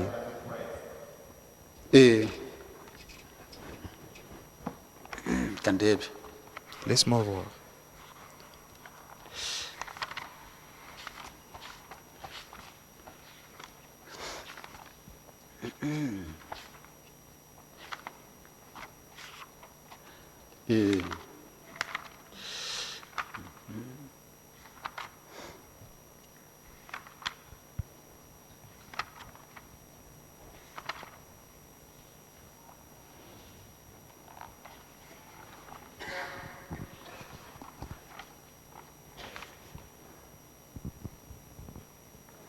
ni ahantu havuga ngo C'est quelque part là où il imana est dit Dieu yaremye a créé isi mu minsi 6 la terre, le monde dans 6 jours. ninahita mpabona Si je trouve pas l'endroit ntago ndi butinde aussi vite, Imana je nitwemerera ne vais pas izahavugaho. tarder. Si c'est la volonté de Dieu, il va en parler. nzahavugaho Je vais en parler après. imana yaremye isi Dieu mu myaka créa ibihumbi le monde 6 pendant 6000 ans.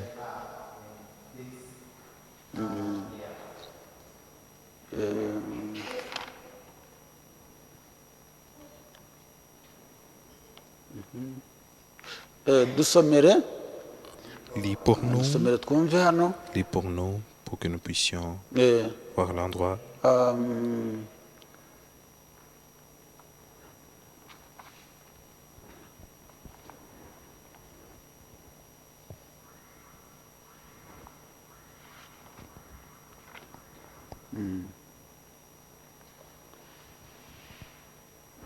ntabwo mbashije guhita mpabona Je trouve pas l'endroit, ariko nzahagarukaho mais je vais y revenir. haravuga ngo imana Il est dit, yaremye Dieu isi a créé mu le myaka monde ibihumbi pendant 6 6000 ans. imyaka igihumbi ni nk'umunsi 1000 umwe ans, ku mana c'est un jour pour byanditswe Dieu. ndahabonye Je viens de Imana yacu trouver ishimwe l'endroit. kandi Que himbazwe. notre Dieu soit loué et glorifié. mwenda tusoma yigire Que le hafi frère qui lit dufite ntabwo ari muri s'approche. bibiliya C'est pas dans la Bible. ngwino igire hino hano usome Viens, approche-toi d'ici, lis. turagira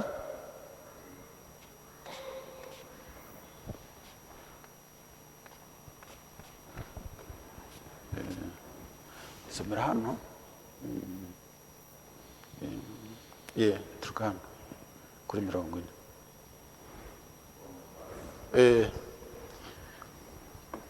nyamara imana yakoresheje imyaka ibihumbi Mais alors, 6 Dieu a utilisé 6000 ans. ntabwo byasabye imana igihe kirekire C'était pas nécessaire pour Dieu qu'il y ait ahubwo un long yakoresheje temps, icyo gihe mais il a utilisé seulement ce temps. imana rw'umugisha Que Dieu te mera bénisse. nk'uzamura ijwi Élève un peu ta voix. imyaka 6 kuko twigishwa ko umunsi C'est umwe mu 6000 ans ijuru parce que ungana nous sommes n'imyaka dit que igihumbi ku isi un jour au ciel est pareil, comparé à 6000 ans ici sur terre. ni ukuvuga ko ari imyaka 6 cyangwa iminsi 6 Ça imana veut yaremye isi dire que c'est 6000 ans ou 6 ans là pendant lesquels que Dieu a créé le monde. ni ukuvuga ko imana yakoresheje imyaka 6 Ça veut iyirema dire que iyi Dieu bibaho a imbuto nziza utilisé kandi buri kintu 6000 ans, cyose il a y cyere planté gikurikije ubwoko des bwayo belles fruits selon leurs espèces. imana rw'umugisha ushobora kugarukira aho Que Dieu ngaho te bénisse, tu peux t'arrêter là. ni aho ngaho nashakaga C'est là que je ni ukuvuga ngo Ça veut dire, ni ukuvuga ngo muri zaburi biranditse ça veut dire que c'est écrit en Péter. psaume.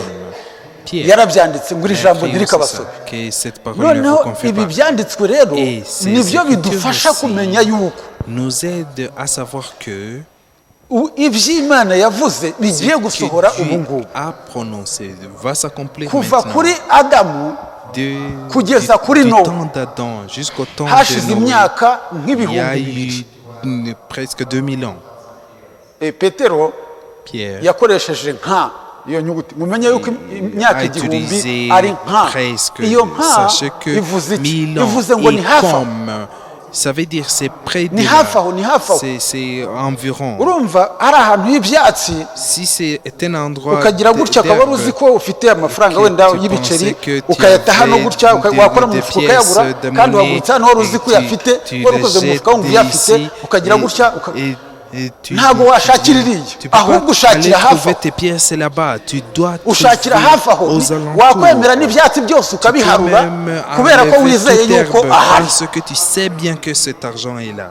siko byagenda wakwemera ugaharura ibyatsi ukagira gutare ariko ntiwajya kure ahubwo washakira hafi aho Enlever toute herbe pour icyo gihe ntabwo trouver l'argent byakuvuna là. nk'umuntu Ça wajarajara serait hirya plus kure difficile Twebwe comme quelqu'un qui turashakira allait hafi aho. trouver hafi aha niho même umusuko wabera au-delà uri de l'endroit. hafi aha niho Nous sommes izamurwa heureux. riri C'est Ni hafi autour aha, ni hafi d'ici, aho. autour de là où il y a la Ni hafi aha. résurrection.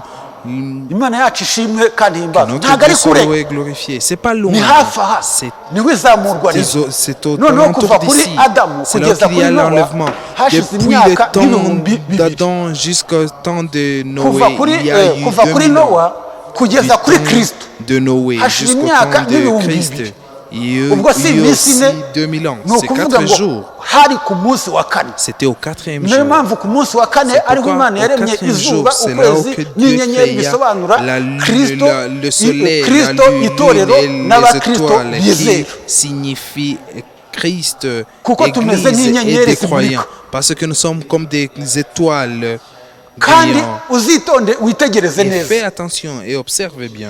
iyo izuba rihari Quand il y a hari le igihe soleil, muzakurikire neza Observe hari bien. igihe izuba riba rihari il y a riri mu kuva le temps, là kandi où n'ukwezi kukaba le guhari soleil brille. Et ariko en même temps, icyitonde il y a même la ntabwo lune. ukwezi Mais gushobora gupima Notabene. kumurika la lune ne peut pas kandi éclairer izuba rigihari alors qu'il y a toujours le soleil. nicyo cyatumye C'est pourquoi ntabwo C'est pourquoi intumwa zagombaga les nk'umugore disciples, les ntabwo apôtres zagombaga ne pouvaient pas, gutangira comme une gutegeka femme, ne pouvaient pas gutegeka donner des amadayimoni n'ibindi ordres, byose ordonner des démons et uretse d'autres mbere choses. cya gihe yari yabasogongeje kuri izo mbaraga Sauf dans bakabikora le temps là où ariko Dieu igihe cyabo cyari les avait kitarangira partagé cette force-là, mais uhereye leur ku temps munsi wa n'était pas là Pentekote rero déjà.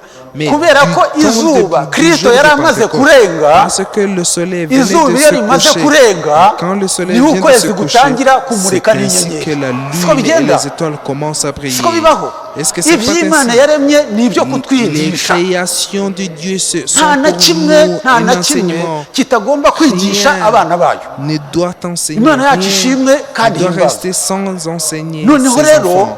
ukwezi Notre Dieu gutangira soit gutegeka glorifié. ijoro Alors, la kubera ko izuba lune ryarenze. commença à avoir le Imana pouvoir yacu sur ishimwe la nuit kandi parce himbazwe. que le soleil s'était couché. ibyo Que notre Dieu ngibyo soit nabyo byose glorifié. tubishimira imana Nous sommes noneho rero reconnaissants à Dieu pour ça alors. ku munsi wa kane Au quatrième imana jour, yaremye izuba ukwezi Dieu n'inyenyeri créa le soleil, la noneho lune et les hashize étoiles. iminsi ine Et après 4 jours, imyaka ibihumbi bine 4000 ans, yesu kristo araza Christ venait. kuko nowa yapfuye ubundi hashize que imyaka Noé ibihumbi est mort bibiri après. n'itandatu uhereye ku itangiriro Noé est nowa mort yapfuye depuis hashize 2006 imyaka ans. ibihumbi bibiri n'itandatu Du commencement, Ni ukuvuga Noé est ngo mort après 2006 kugeza ans. kuri kristo Ça veut dire que hashize jusqu'au imyaka temps ibihumbi bibiri de bigereranywa n'iminsi Christ, ine il y a eu 2 niyo jours, mpamvu 2 umubare ans kane qui sont comparés à cyangwa se 4 jours. ibizuku ine C'est pourquoi 4, le nombre umubare 4 kane ou 4 résurrections. umubare kane Le nombre 4, ku wa kane le 4e jour, imana jeudi, irema izuba ukwezi Dieu n'inyenyeri créa le soleil, Yesu la lune Christ. et les étoiles. Jésus-Christ, agiye guhaza abantu quand il allait rassasier les hommes, muzi ko yahagije ibihumbi bitanu ariko turi ku il a mubare kane rassasié 5 ahaza 000 ans, ibihumbi mais nous bine parlons du nombre 4. Il a Ibyo rassasié bihumbi 4 000 bine, ans. C'est 4 000 ans, Jean. iyo usomye neza mu byanditswe Quand tu lis bien dans les ibyo bihumbi Écritures, bine c'est 4 000 ans. kubera ko C'est yesu yari ari ku 4 munsi wa 000 kane Jean, parce que Jésus était au agahaza 4e abantu jour ibihumbi et bine qu'il rassasia 4 000 gens, ibyo bihumbi bine Ces 4000 gens-là, byari bifite icyo bivuze, ils signifiaient quelque chose. nabyo byagereranyaga ibizima bine, ibyo kurya bizatangwa mu gihe cy'ibizima signifiaient les bine. 4 êtres ou les 4 nourritures qui seront Ni nayo données mpamvu dans les byasagutse 4 temps. C'est pourquoi même le babishyize reste, mu bitebo bitanu, l'ont oya, mis dans 4 babishyize mu bitebo birindwi, paniers. Ils l'ont mis dans 7 paniers. C'est pas 4. ari byo bihe birindwi Cinq. by'itorero. C'est- Bivuze signifie iki? les sept Bivuze yuko âges turimo de kurya l'Église. ibyo kurya Ça byo mu signifie gitebo que cya nyuma. nous mangeons du 7e panier. Nous mangeons la nourriture Turimo du kurya. 7e panier. Nous sommes en train de Ibyo manger. kurya byo mu gitebo cya nyuma cya karindwi. Nous sommes en train de manger Ibyasagutse seul du babishyize mu bitebo 7e birindwi. panier. None Le reste natwe était mis imbaraga dans z'ibizima 7 bine zarakoze, paniers. Et nous kuva mu aussi gihe la cya force Pawulo, de Irene, 4 Marite, Riteri, Koromba kugeza agit ku muhanuzi w'igisekuruza cyacu. du temps de Ni Paul ukuvuga ngo ibyo jusqu'à kurya turimo notre kurya temps. Ça veut dire que ni la ibyo kurya nourriture byo mu qui gitebo nous sommes cya donnée nyuma, est la nourriture aricyo du gitebo 7e cya karindwi. panier. Ni nayo Le mpamvu 7e kuri panier. twe C'est pourquoi même umuzuko pour nous, tureba la ni résurrection qui nous umuzuko concerne, wanditse c'est hariya la mu Batesaloniki résurrection no qui mu est Bakorinto. écrite dans Thessaloniciens 1, Ni wo muzuko wa dans kabiri. le livre Dusomere. des Corinthiens. Dusomere Lis twihute. pour nous. Mu Batesalonike kandebe Batesalonike ibice bine, Batesalonike 1 Thessaloniciens chapitre ba 4. mbere, yego, 1 Thessaloniciens chapitre 4. Batesalonike ba mbere ibice bine.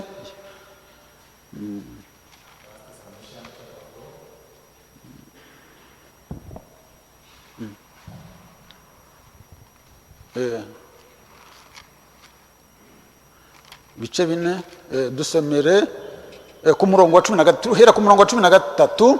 Commence au 13e verset. ariko Imana iguhe umugisha kugira ngo Que Dieu te twihutishe bénisse. igihe Pour iminota yagiye. mieux avancer, Turuka ku murongo wa 16. commence au verset 16. kuko ubwami bwe kuko umwami ubwe amanutse ava mu ijuru aranguruye ijwi rirenga hamwe n'ijwi rya marayika ukomeye n'impanda y'Imana, nuko abapfiriye muri Kristo nibo bazabanza kuzuka, maze natwe abazaba bakiriho basigaye duhere ko tujyananwe nabo tuzamurwe mu bicu gusanganira umwami mu kirere. Nuko rero tuzabana n'umwami iteka ryose. Nuko mumaranishe imibabaro kubwirana ayo magambo. Ngo nuko mugire gute? Alors, Mumaranishe qu'allez-vous faire? imibabaro kubwirana ayo magambo. Consolez-vous donc les uns les autres par Mu ces Bakorinto paroles. ntabwo C'est au tuhasoma verset ngo 18. nuko bene data On ne va pas lire dans bamenere Corinthiens. ibanga. Mes frères, je vais vous Ntituzasinzira annoncer un secret. twese. Nous n'allons pas Ntabwo mourir tuzapfa tous. twese. Nous n'allons pas mourir Ahubwo tous. tuzahindurwa. Mais nous serons ariko transformés. twebwe abazahindurwa Mais nous qui ntituzabanziriza na serons hato transformés, abasinziriye, nous ne devancerons pas ahubwo abapfuye bazabanza morts, bazuke, mais les morts d'abord natwe seront abariho ressuscités, duhindurwe, et nous les hanyuma vivants, duhere ko tujye nous serons gusanganira umwami transformés mu kirere. pour aller à la rencontre de Imana notre yacu Seigneur ishimwe kandi himbazwe. aux ailes, Uwo ni wo au muzuko ciel. wa kabiri. C'est là le deuxième Uwo muzuko résurrection. rero Cette deuxième wa résurrection kabiri alors, niwo utureba, nous concerne. kandi uwo muzuko Et cette niwo résurrection ubarirwa nanone est comptée mu muzuko wo mu gihe cya Yesu parmi Kristo ubwo les yazuraga comptés bene data bari parmi barasinziriye le temps, mu isezerano rya kera. Celle des temps Imana de yacu Christ, ishimwe des kandi frères himbazwe. qui étaient morts en Christ. Noneho ibyahishuwe, Alors, Apocalypse. Apocalypse umuzuko wa gatatu. Nous allons parler du troisième résurrection.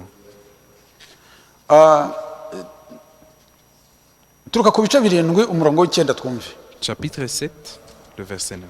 Hanyuma y'ibyo mbona abantu benshi umuntu atabasha kubara, bo mu mahanga yose n'imiryango yose n'amoko yose n'indimi zose, bahagaze imbere ya ntebe n'imbere y'umwana w'intama, bambaye ibishura byera kandi bafite amashami y'imikindo mu ntoki zabo, bavuga ijwi rirenga bati, agakiza n'ak'Imana yacu yicaye ku ntebe n'ak'umwana w'intama. Nuko abamarayika bose bari bahagaze bagose ya ntebe na ba bakuru na bya bizima bine, bikubita hasi bubamye imbere y'intebe, baramya Imana bati, amen. Amahirwe n'icyubahiro n'ubwenge n'ishimwe no guhimbazwa n'ubutware n'imbaraga bibe iby'Imana yacu iteka ryose, amen. Umwe muri ba bakuru arambaza ati, aba bambaye ibishura byera ni bande kandi bavuye he? Ndamusubiza nti, mwami wanjye ni wowe ubizi. arambwira ati aba ni abavuye muri urya mubabaro mwinshi kandi bameshe ibishura byabo babyejesheje amaraso y'umwana w'intama. Nicyo gituma baba imbere y'intebe y'Imana bakayikorera mu rusengero rwayo ku manywa na nijoro, kandi iyicaye ku ntebe izababambaho ihema ryayo. Ntibazicwa n'inzara ukundi, kandi ntibazicwa n'inyota ukundi, kandi izuba ntirizabica cyangwa icyokere cyose, kuko umwana w'intama uri hagati y'intebe y'ubwami azabaragira akabuhira amasoko y'amazi y'ubugingo, kandi Imana izahanagura amarira yose mu maso yabo. Imana iguhe umugisha. Que Dieu te bénisse. Dusomere nanone mu bice 20 tuka ku murongo wa 4. Encore au chapitre 20 du 4e verset. Mbona intebe z'ubwami, mbona bazicaraho bahabwa ubucamanza, kandi mbona imyuka y'abicaye y'abaciwe ibihanga babahora guhamya kwa Yesu n'ijambo ry'Imana, aribo bataramije ya nyamaswa cyangwa igishushanyo cyayo, kandi batashyizweho ikimenyetso cyayo, barazuka bimana na Kristo imyaka 1000. Uwo ni wo muzuko wa mbere. Abapfuye basigaye ntibazuka iyo myaka 1000 itarashira. Ufite umugabane mu kuzuka kwa mbere arahirwa, kandi n'uwera. Urupfu rwa kabiri ntirubasha kugira icyo rutwara abameze batyo, ahubwo bazaba abatambyi b'Imana na Kristo, kandi bazimana nayo iyo myaka 1000. Iyo myaka 1000 nishira, Satani azabohorwa ava aho yarabohewe. Imana iguhe umugisha. Que Dieu te bénisse. Hano haravuga tumaze kubona neza yuko uwo ari wo muzuko wa gatatu. C'était le 3e Noneho muzuko wa gatatu rero, cette 3e résurrection, no babandi 144 by'Abisirayeli, kuko bazabanza kwicwa. Israélites, parce Tubona yuko hari n'abandi avant. bari barimo gutaka n'ijwi rirenga bati ayi mwami uzageza ryari kudahorera amaraso yacu, ngo umuntu wese muri bo ahabwa igishura, ngo babwirwa kuruhuka ngo barindire imbata bagenzi babo nabo igihe b'Abisirayeli, igihe nabo bazicwa nkabo. Urumva ko ntabwo bazitse, ahubwo babwiwe kurindira wa mubare 142. Abo ngabo nibo muzuko wa gatatu. C'est ça la 3e résurrection. Ukurikira twebwe abagize itorero ry'abanyamahanga. Nous qui sommes l'un de l'église des Imana yacu ishimwe kandi de l'église des gentils. Que Dieu soit loué et glorifié. Nukubera iki? Pourquoi? Nukubera iki? Pourquoi? J'ai quelques minutes de plus. Nukubera iki? Je veux dire quelque chose. Twebwe itorero ry'abanyamahanga, nous l'église des gentils, ni twebwe tugiye kuzazamura, c'est nous qui serons enlevés. Kandi ni twe tugize itorero ry'umugeni wa Kristo. C'est nous qui sommes Ariko parmi icyitondera, l'église, l'épouse de Christ. ntuvuge ko ari abanyamahanga gusa, ahubwo n'Abisirayeli bizeye mu gihe cyacu. Uhereye ku ntumwa zadutumyeho ni Abisirayeli, dans notre temps, ngo commençant par les disciples, kuba les bitwa apôtres, Abisirayeli parce qu'ils sont israélites. si cyo kibagira Abisirayeli, Étant appelés israélites, ahubwo ça fait pas que ikibagira ce sont des Abisirayeli israélites, ni uko mais ce qui bamwizera. fait qu'ils sont des israélites, natwe c'est ikitugira qu'ils le Abisirayeli mu croient. buryo bw'umwuka Nous aussi, ce qui nous ni fait uko israélites twamwizeye. spirituels, c'est que nous ni l'avons ukuvuga cru. ngo Ça veut abizeye dire les croyants uhereye ku ntumwa zatowe na Yesu Kristo, du temps des Gukomeza. apôtres qui étaient choisis par Christ. ubutumwa bugakomeza, kuko Continuons Petero le niwe ntumwa ya mbere, Continuons, parce que Pierre est le premier apôtre. Pawulo akaba intumwa ya nyuma ya 12, kuko Pawulo Paul niwe wasimbuye devenir Yuda. le dernier, parce que c'est Paul qui a remplacé Judas. Noneho Petero ni intumwa ya mbere Pierre était le premier apôtre. mu bwoko mu batowe mu ntumwa zatowe Dans 12. les élus, les 12 disciples élus. Noneho Pawulo Et Paul akaba intumwa ya mbere, était le premier, akaba intumwa ya nyuma, il était le dernier. kandi akaba intumwa ya mbere kuri Et izi il ngizi était aussi zirindwi même, z'ibihe il birindwi fut by'itorero. aussi le dernier et le premier dans ces Imana yacu celles de ishimwe cet kandi âge ihimbaze. de l'Église. Pawulo ni intumwa Que ya Dieu nyuma soit loué et yatowe glorifié. nyuma Et Paul était kandi akaba iya le mbere dernier kubwo gutumwa ku banyamahanga. choisi. Et il Ku fut le banyamahanga. premier qui devrait Ariko abo bose bagize être umugeni envoyé wa vers Kristo. les nations. Ils sont Abo tous rero, l'épouse de Christ. abapfuye. Ceux-là, ceux qui sont morts, Abapfuye bene data ceux qui sont bapfuye morts, les frères qui sont morts, bapfuye uhereye icyo gihe qui sont morts depuis ce nibo temps-là, bagize umuzuko wa kabiri. eux qui sont parmi Uwo muzuko wa la deuxième kabiri, résurrection. Cette deuxième nibo bagize résurrection, umugeni ils kandi sont- nibo bazicarana na c'est Kristo eux qui nk'umukwe sont n'umugeni. l'épouse et c'est eux qui seront avec Christ comme épouse. Imana yacu ishimwe et kandi époux. himbazwe. Que notre Dieu soit Noneho loué et umuzuko wa glorifié. gatatu rero, Alors la troisième résurrection, umuzuko wa gatatu la troisième ni résurrection, bariya bisirayeli ibihumbi ijana na c'est mirongo ine na celui-là, bine les 144 000 n'abandi bagiye bagira Israélites guhamya et kwa Yesu les Kristo, autres qui ont eu ba le bandi témoignage de babwiwe Christ, bagiye bahawe igishura batakaga ceux-là qui bagahabwa igishura, qui ont été donnés la umuntu wese muri voile, bagahabwa igishura, que chacun d'eux agahabwa fut umwambaro. donné la voile, un vêtement.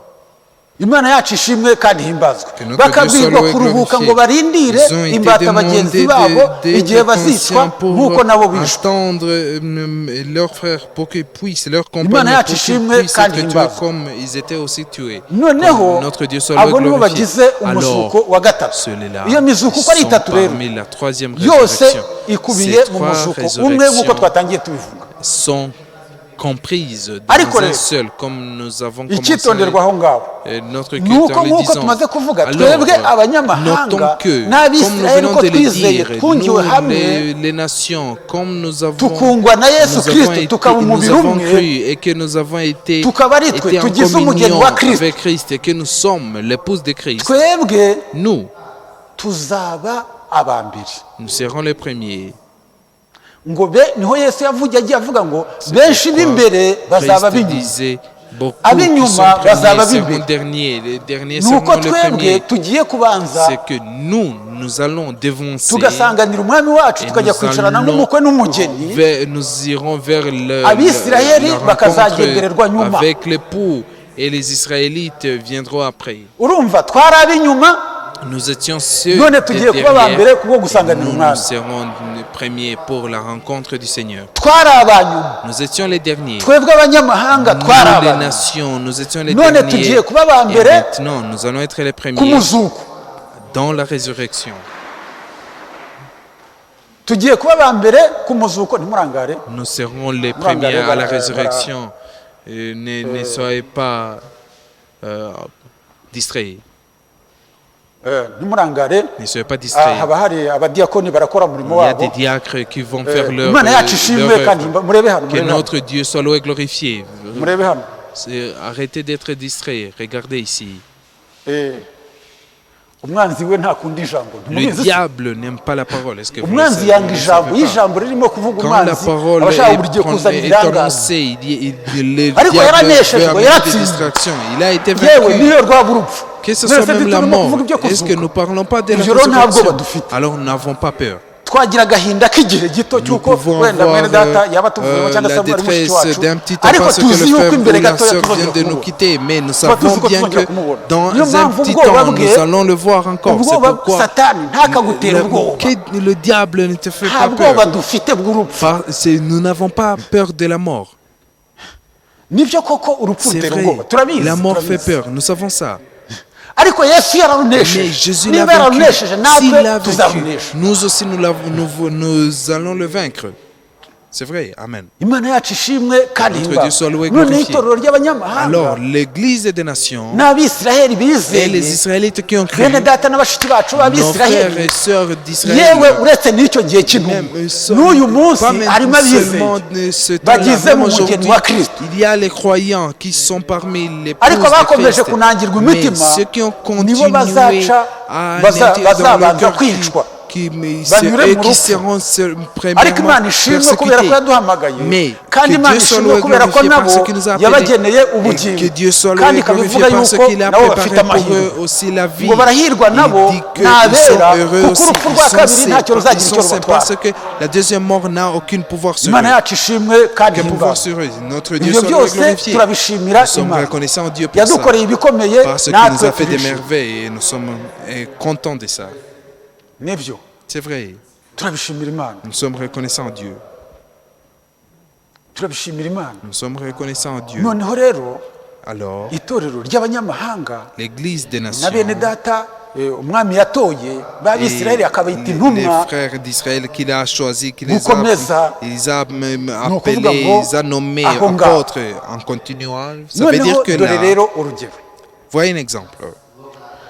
yesu ngo yaje mube ntibamwemera Jésus est venu parmi les siens et ne l'ont pas reconnu. icyakora abamwemeye bose Mais ceux qui l'ont na accepté, pawulo arimo na petero arimo Pierre et n'abisirayeli Paul, barimo y compris même les abamwemeye bose Israélites, muri abo y bose compris bagize ceux umugeni qui l'ont yabahaye accepté, ubushobozi ceux qui bwo font kuba son abana part b'imana de ahubwo si l'épouse, ubushobozi il bwo leur kuba a abana donné b'imana le gusa pouvoir ahubwo d'être ni les ubushobozi enfants de Dieu. bwo Pas kuba seulement ça, umugeni wa kristo il leur a donné le pouvoir d'être épouse de Christ, ubushobozi bwo le kuzicarana pouvoir de s'asseoir na kristo nk'umukwe n'umugeni avec Christ imana yacu comme ishimwe époux et kandi épouse, himbazwe que notre abo Dieu soit loué et ngabo glorifié. abo bisirayeli natwe Ces abanyamahanga Israélites-là, imana yatwungiye hamwe nous les kugira ngo tube nations, umugeni Dieu we nous a mis ensemble pour être ariko abanangiwe imitima une seule épouse. Mais nyuma ceux qui ont muzi uko byagenze ceux qui ont Yaje fermé mube, leur cœur, ntibamwemera. vous savez ce qui s'est passé après.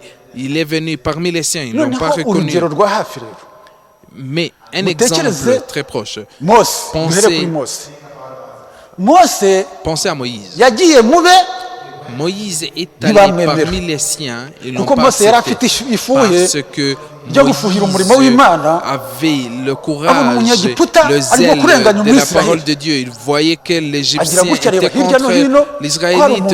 Et il a hari regardé umunyegiputa ici et umureba là, il a vu que aramwicara amukubakuba amushyira munsi y'umucanga il y arenzaho avait arimumanganya. quelqu'un qui l'observait. Agira gutya. Il a tué l'Égyptien, il l'a Ntibamenya caché n'ikintu sous le sol. cyakozwe. Et il est parti. On yamwishe dirait que ayese rien n'était yari arimo s'est passé. kurenganya ubwoko bw'imana Il l'a tué Aramuhisha parce arimanganya se. qu'il persécutait le peuple de Dieu. arinyumanganya nyine ntibamenye ikintu Il cyabaye cacha le cadavre. arigendera Et ils bukeye ont vu bwaho que, ils ont aragaruka pensé que rien ne s'est passé. Le arongera areba mu lendemain, bwoko bwaho bwari il est burimo gukora revenu, il a vu là où son peuple abona noneho travaillait. byahindutse Il a vu que c'était différent maintenant. umwisiraheli arimo kurenganya umwisiraheli Alors l'Israélite était none se kandi namwe maintenant mutangiye gusubira en muri train de abana b'imana persécuter notre Nuko- Israélite. Il ntabwo ari commença à parler, noneho à lui abwira demander muri abo pourquoi bisiraheli bombi c'était les uns contre les muri abo autres. baheburayo bombi umwe yari arimo kurenganya undi abwira urenganyije undi c'est l'un d'eux, ati ni iki gitumye ugirira nabi lui demanda mwene so pourquoi tu fais du mal ni iki contre ton gitumye frère, umugirira nabi pourquoi umuhemukira tu fais du mal contre mu gihe ton frère. yamutonganyaga Pendant qu'il faisait ça, noneho uwo muheburayo ahita l'autre yindukirira hébreu se retourna vers ahita yindukirira vers mose Moïse. Lui ngo disant, aha alors, ngo aha ngo mbivuge eh bon, Ngo est-ce que mbivuge tu veux que je leur dise Mose ce que ati- tu as fait? Et ati- Moïse a dit, nabivuga s'il- vuga buhoro si- vuga buhoro s'il il annonce Mwene ça, data, jya il uvuga lui buhoro. demandant de jya uvuga parler buhoro avec mwene un so petit amakosa ya mwene so jya uyavuga buhoro une voix qui est très bas. ntukayavuge Il ne faut pas parler des ntukavuge fautes amakosa de ya ton mwene so frère. ngo aha ngo mbivuge Il lui demandait, est-ce que tu veux que j'en ntugashyire parle? hanze amabanga N'annonce ibyakozwe pas bidakwiriye les bya mwene so ngo choses. bitangarize abantu bose Ne babimenye n'annonce pas les choses que ton frère a Ntabwo ari fait qui byo, sont ntabwo ari byo. mal. C'est pas bien. ngo aha ngo mbivuge Et il lui ngo demandait, est-ce mbivuge que ngo tu veux mbivuge que je Bose leur en ngo- parle de ça?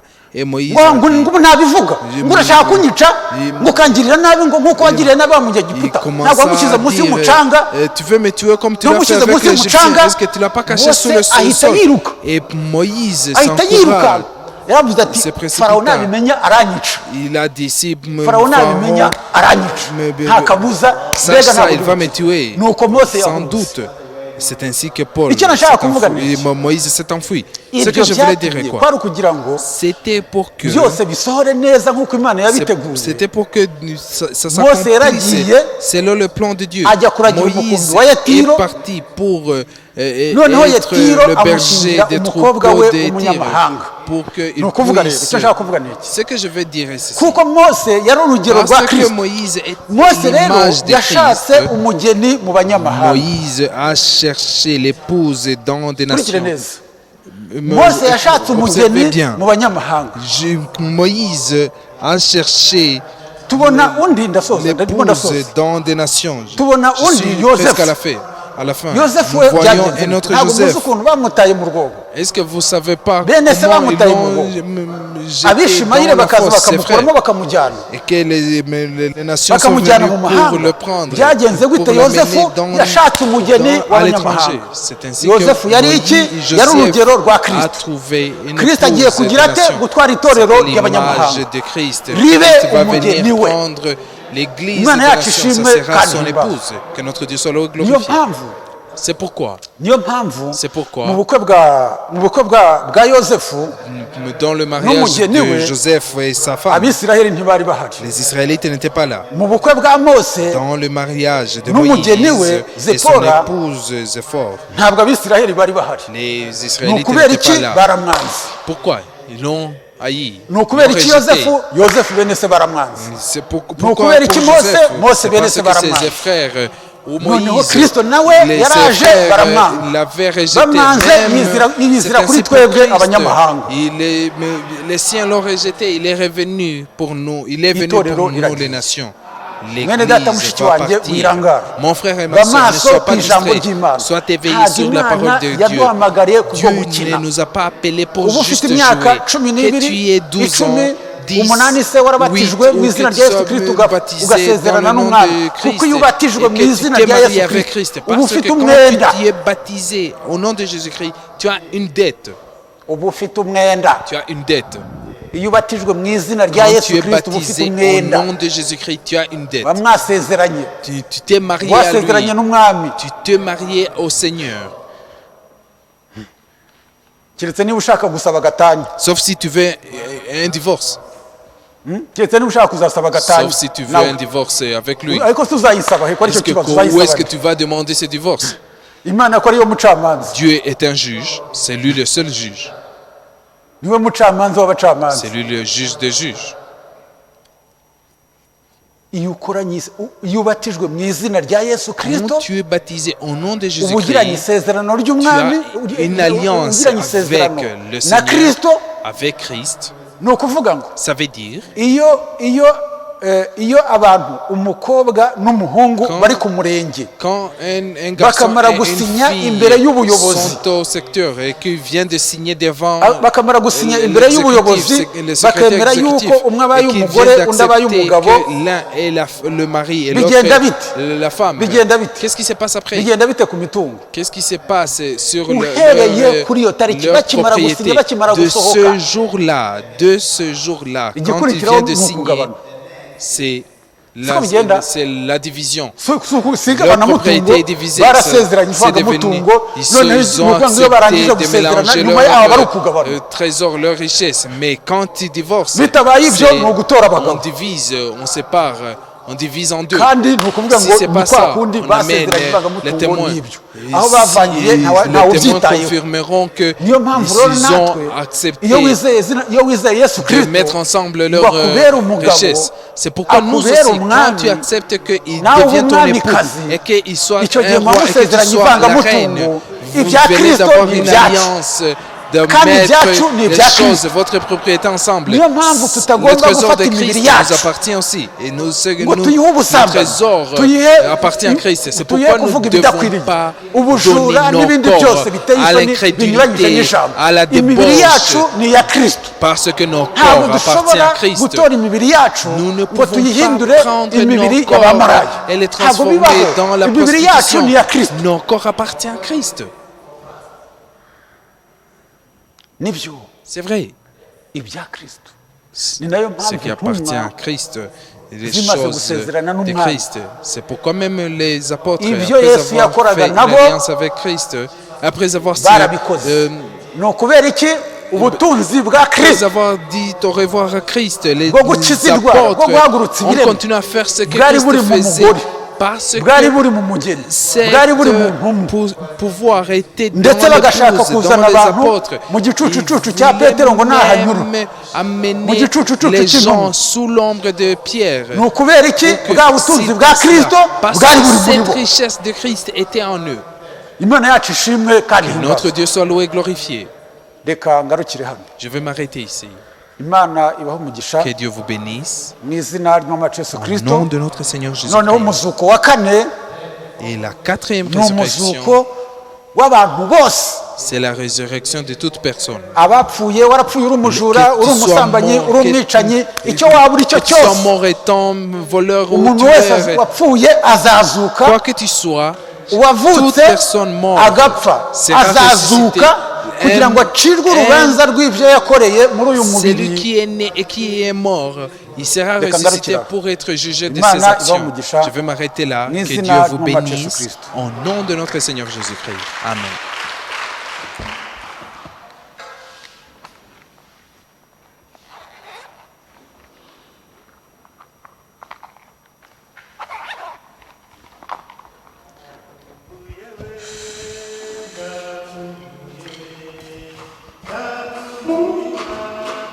Nakumbuye we.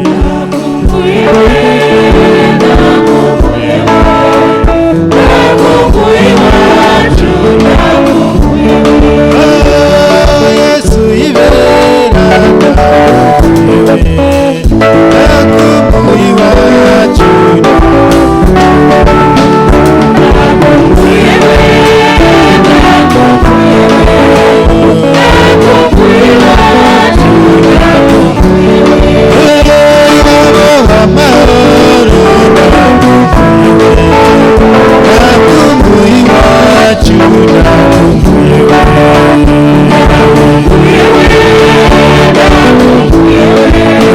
Nakumbuye iwacu, nakumbuye umwami ibera nakumbuye iwacu, nakumbuye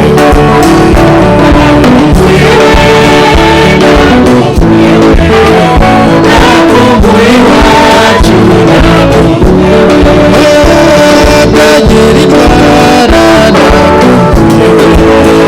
nakumbuye iwacu,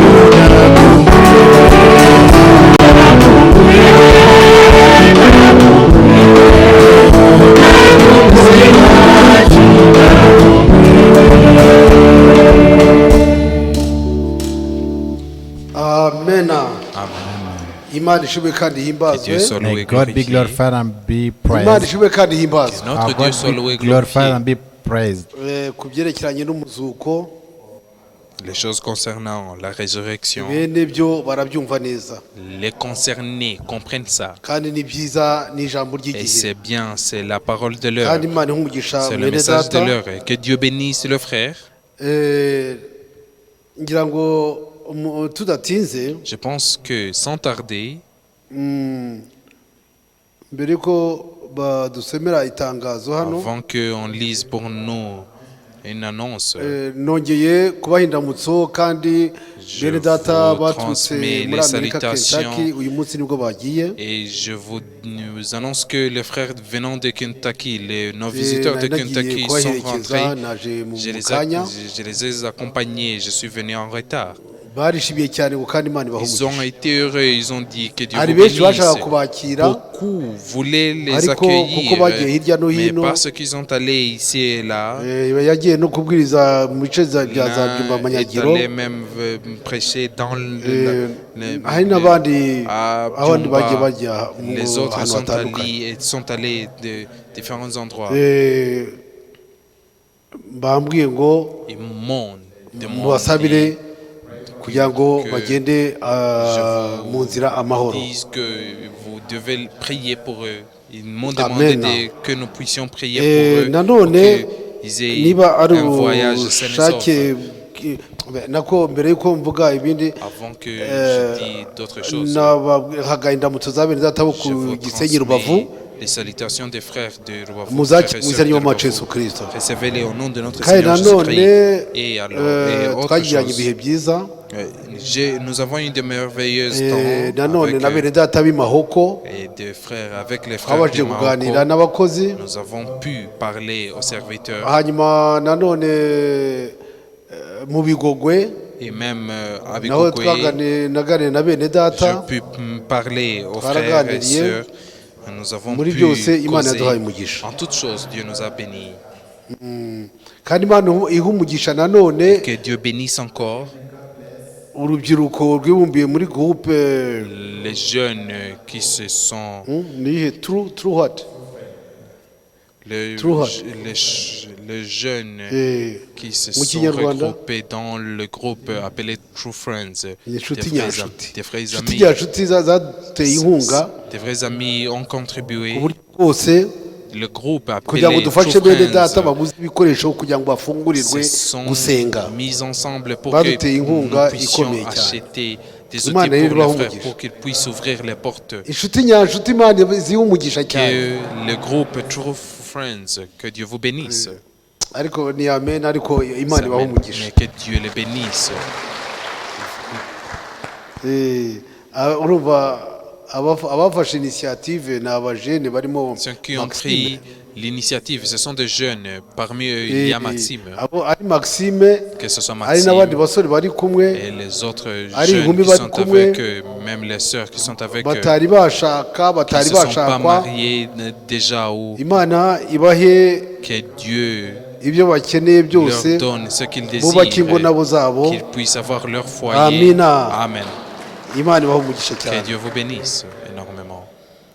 ndumva ari ibyo ngibyo rero muri abo crois que bose aho c'est ça. nagiye nyura mwakira indamutso zabo Recevez les salutations de partout là où je suis allé. Imana ishimwe Que Dieu soit loué. hanyuma ngira ngo muri bene data bashyizeho gahunda harimo Alors, Jean Theo Parmi les frères qui ont mis yakwigira hino l'ordre, niba le afite plan, agakopi agasoma il peut s'approcher. kugira ngo Parmi- nihagira ufite ikibazo Parmi les frères qui ont Jean mis Theo l'ordre, muzamubaze cyangwa inyunganizi parmi ce frère-là, il y nanjye a ushobora Jean Théo. kuntelefona kumpamagara Il peut venir Cyangwa pour se na Théo Pasteur. nous annoncer ça Et et on twese peut lui kuko demander twagize ibitekerezo s'il y a kuri des iyi confusions. gahunda Ce plan qu'il va vous Kuko- nous annoncer, kuko s'il y a des batubwiye yuko ubu questions, noneho vous pouvez lui twavuye kuri adresser 30% cette ku ijana question guterana ou moi ou le noneho frère byabaye 50 Théo. ku ijana Parce que nous avons été Et donné nabyo la Imana chance ishimwe. de se réunir 50%, c'est plus Amina. 30%. Que Dieu soit loué nabyo pour ça. Imana ishimwe Que cyane Dieu soit loué pour ça alors. dusomere frère Lis pour nos frères. itangazo C'est une annonce. gahunda y'amateraniro Le programme de réunion kuwa gatanu vendredi, saa 11 z'umugoroba 17h kugeza saa 12:40 jusqu'à 18h40. twese tuzajya duhurira Nous hano tous, nous allons nous réunir ici. ku iteraniro ku À la cyumweru réunion. ubwo Dimanche. ni Ça veut amateraniro asanzwe twari dufite C'est le culte que nous Niyo avions tugarutseho. avant. C'est celle que kuko nous allons urabona ngo reprendre. iki Parce que ubu, vous voyez que iyo duterana mu si, buryo busanzwe quand nous nous ku réunissons cyumweru dans ari l'ordre icyiciro comme cya mbere d'habitude, abantu baba buzuye izi ntebe que dans le premier service, Ari- les gens ari sont icya pleins kabiri dans baba la salle. buzuye. Que ce soit ari le icya deuxième, gatatu baba ils sont buzuye none pleins. bitatu byose Mais les trois guteranira hamwe services Banze seront kuzuza. réunis ensemble.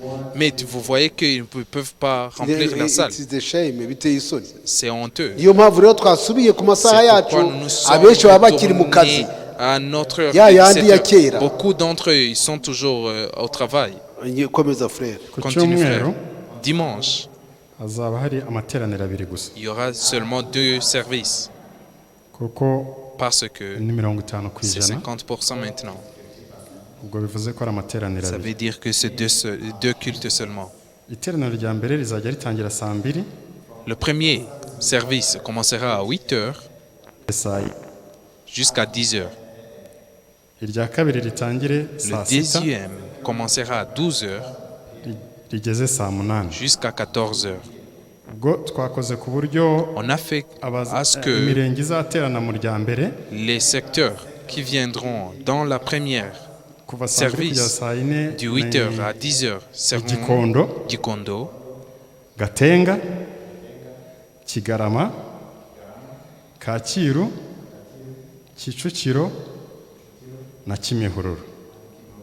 Ndasubiramo je vais répéter, Gikondo, Gatenga, Kigarama, Kacyiru, Kicukiro na Kimihururu.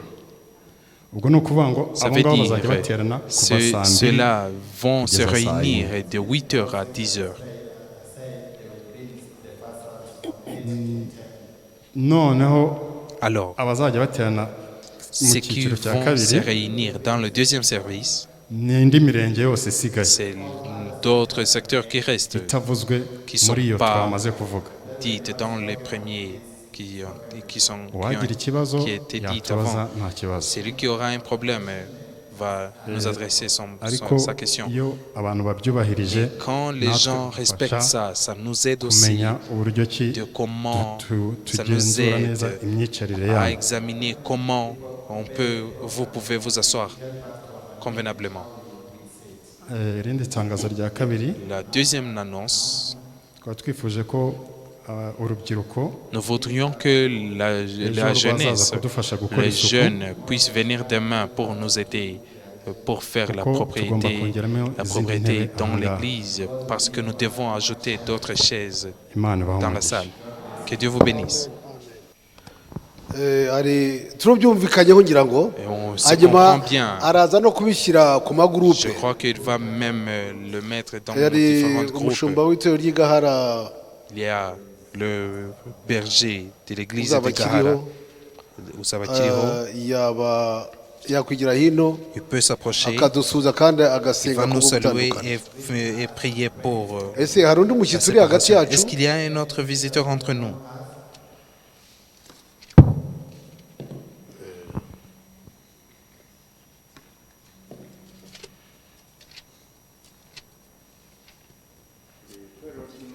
Église de Dieu, je vous salue au nom de notre Seigneur Jésus-Christ. Que Dieu soit loué par ce qu'il vous a gardé. Imana ishimwe yabarinze Que Dieu soit loué, le Dieu qui vous a natwe gardé ikaturinda et nous a gardé aussi.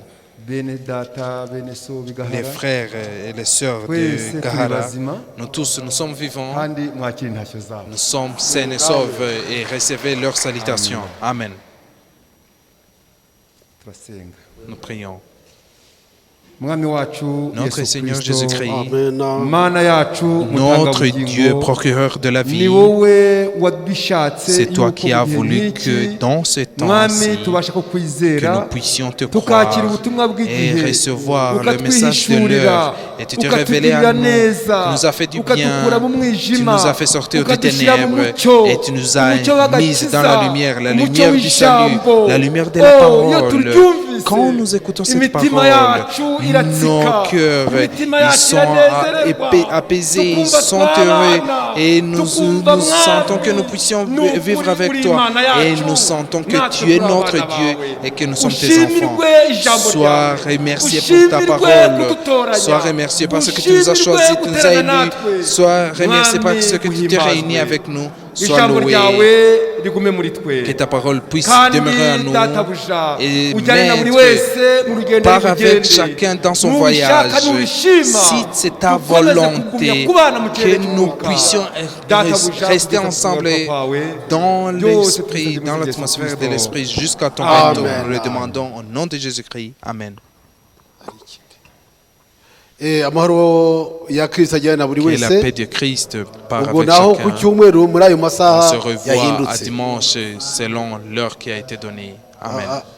abatari mu magroupe Ceux qui ne mubabwire sont pas mubamenyeshe. dans des groupes, dites-leur Amen. cette annonce. Amen.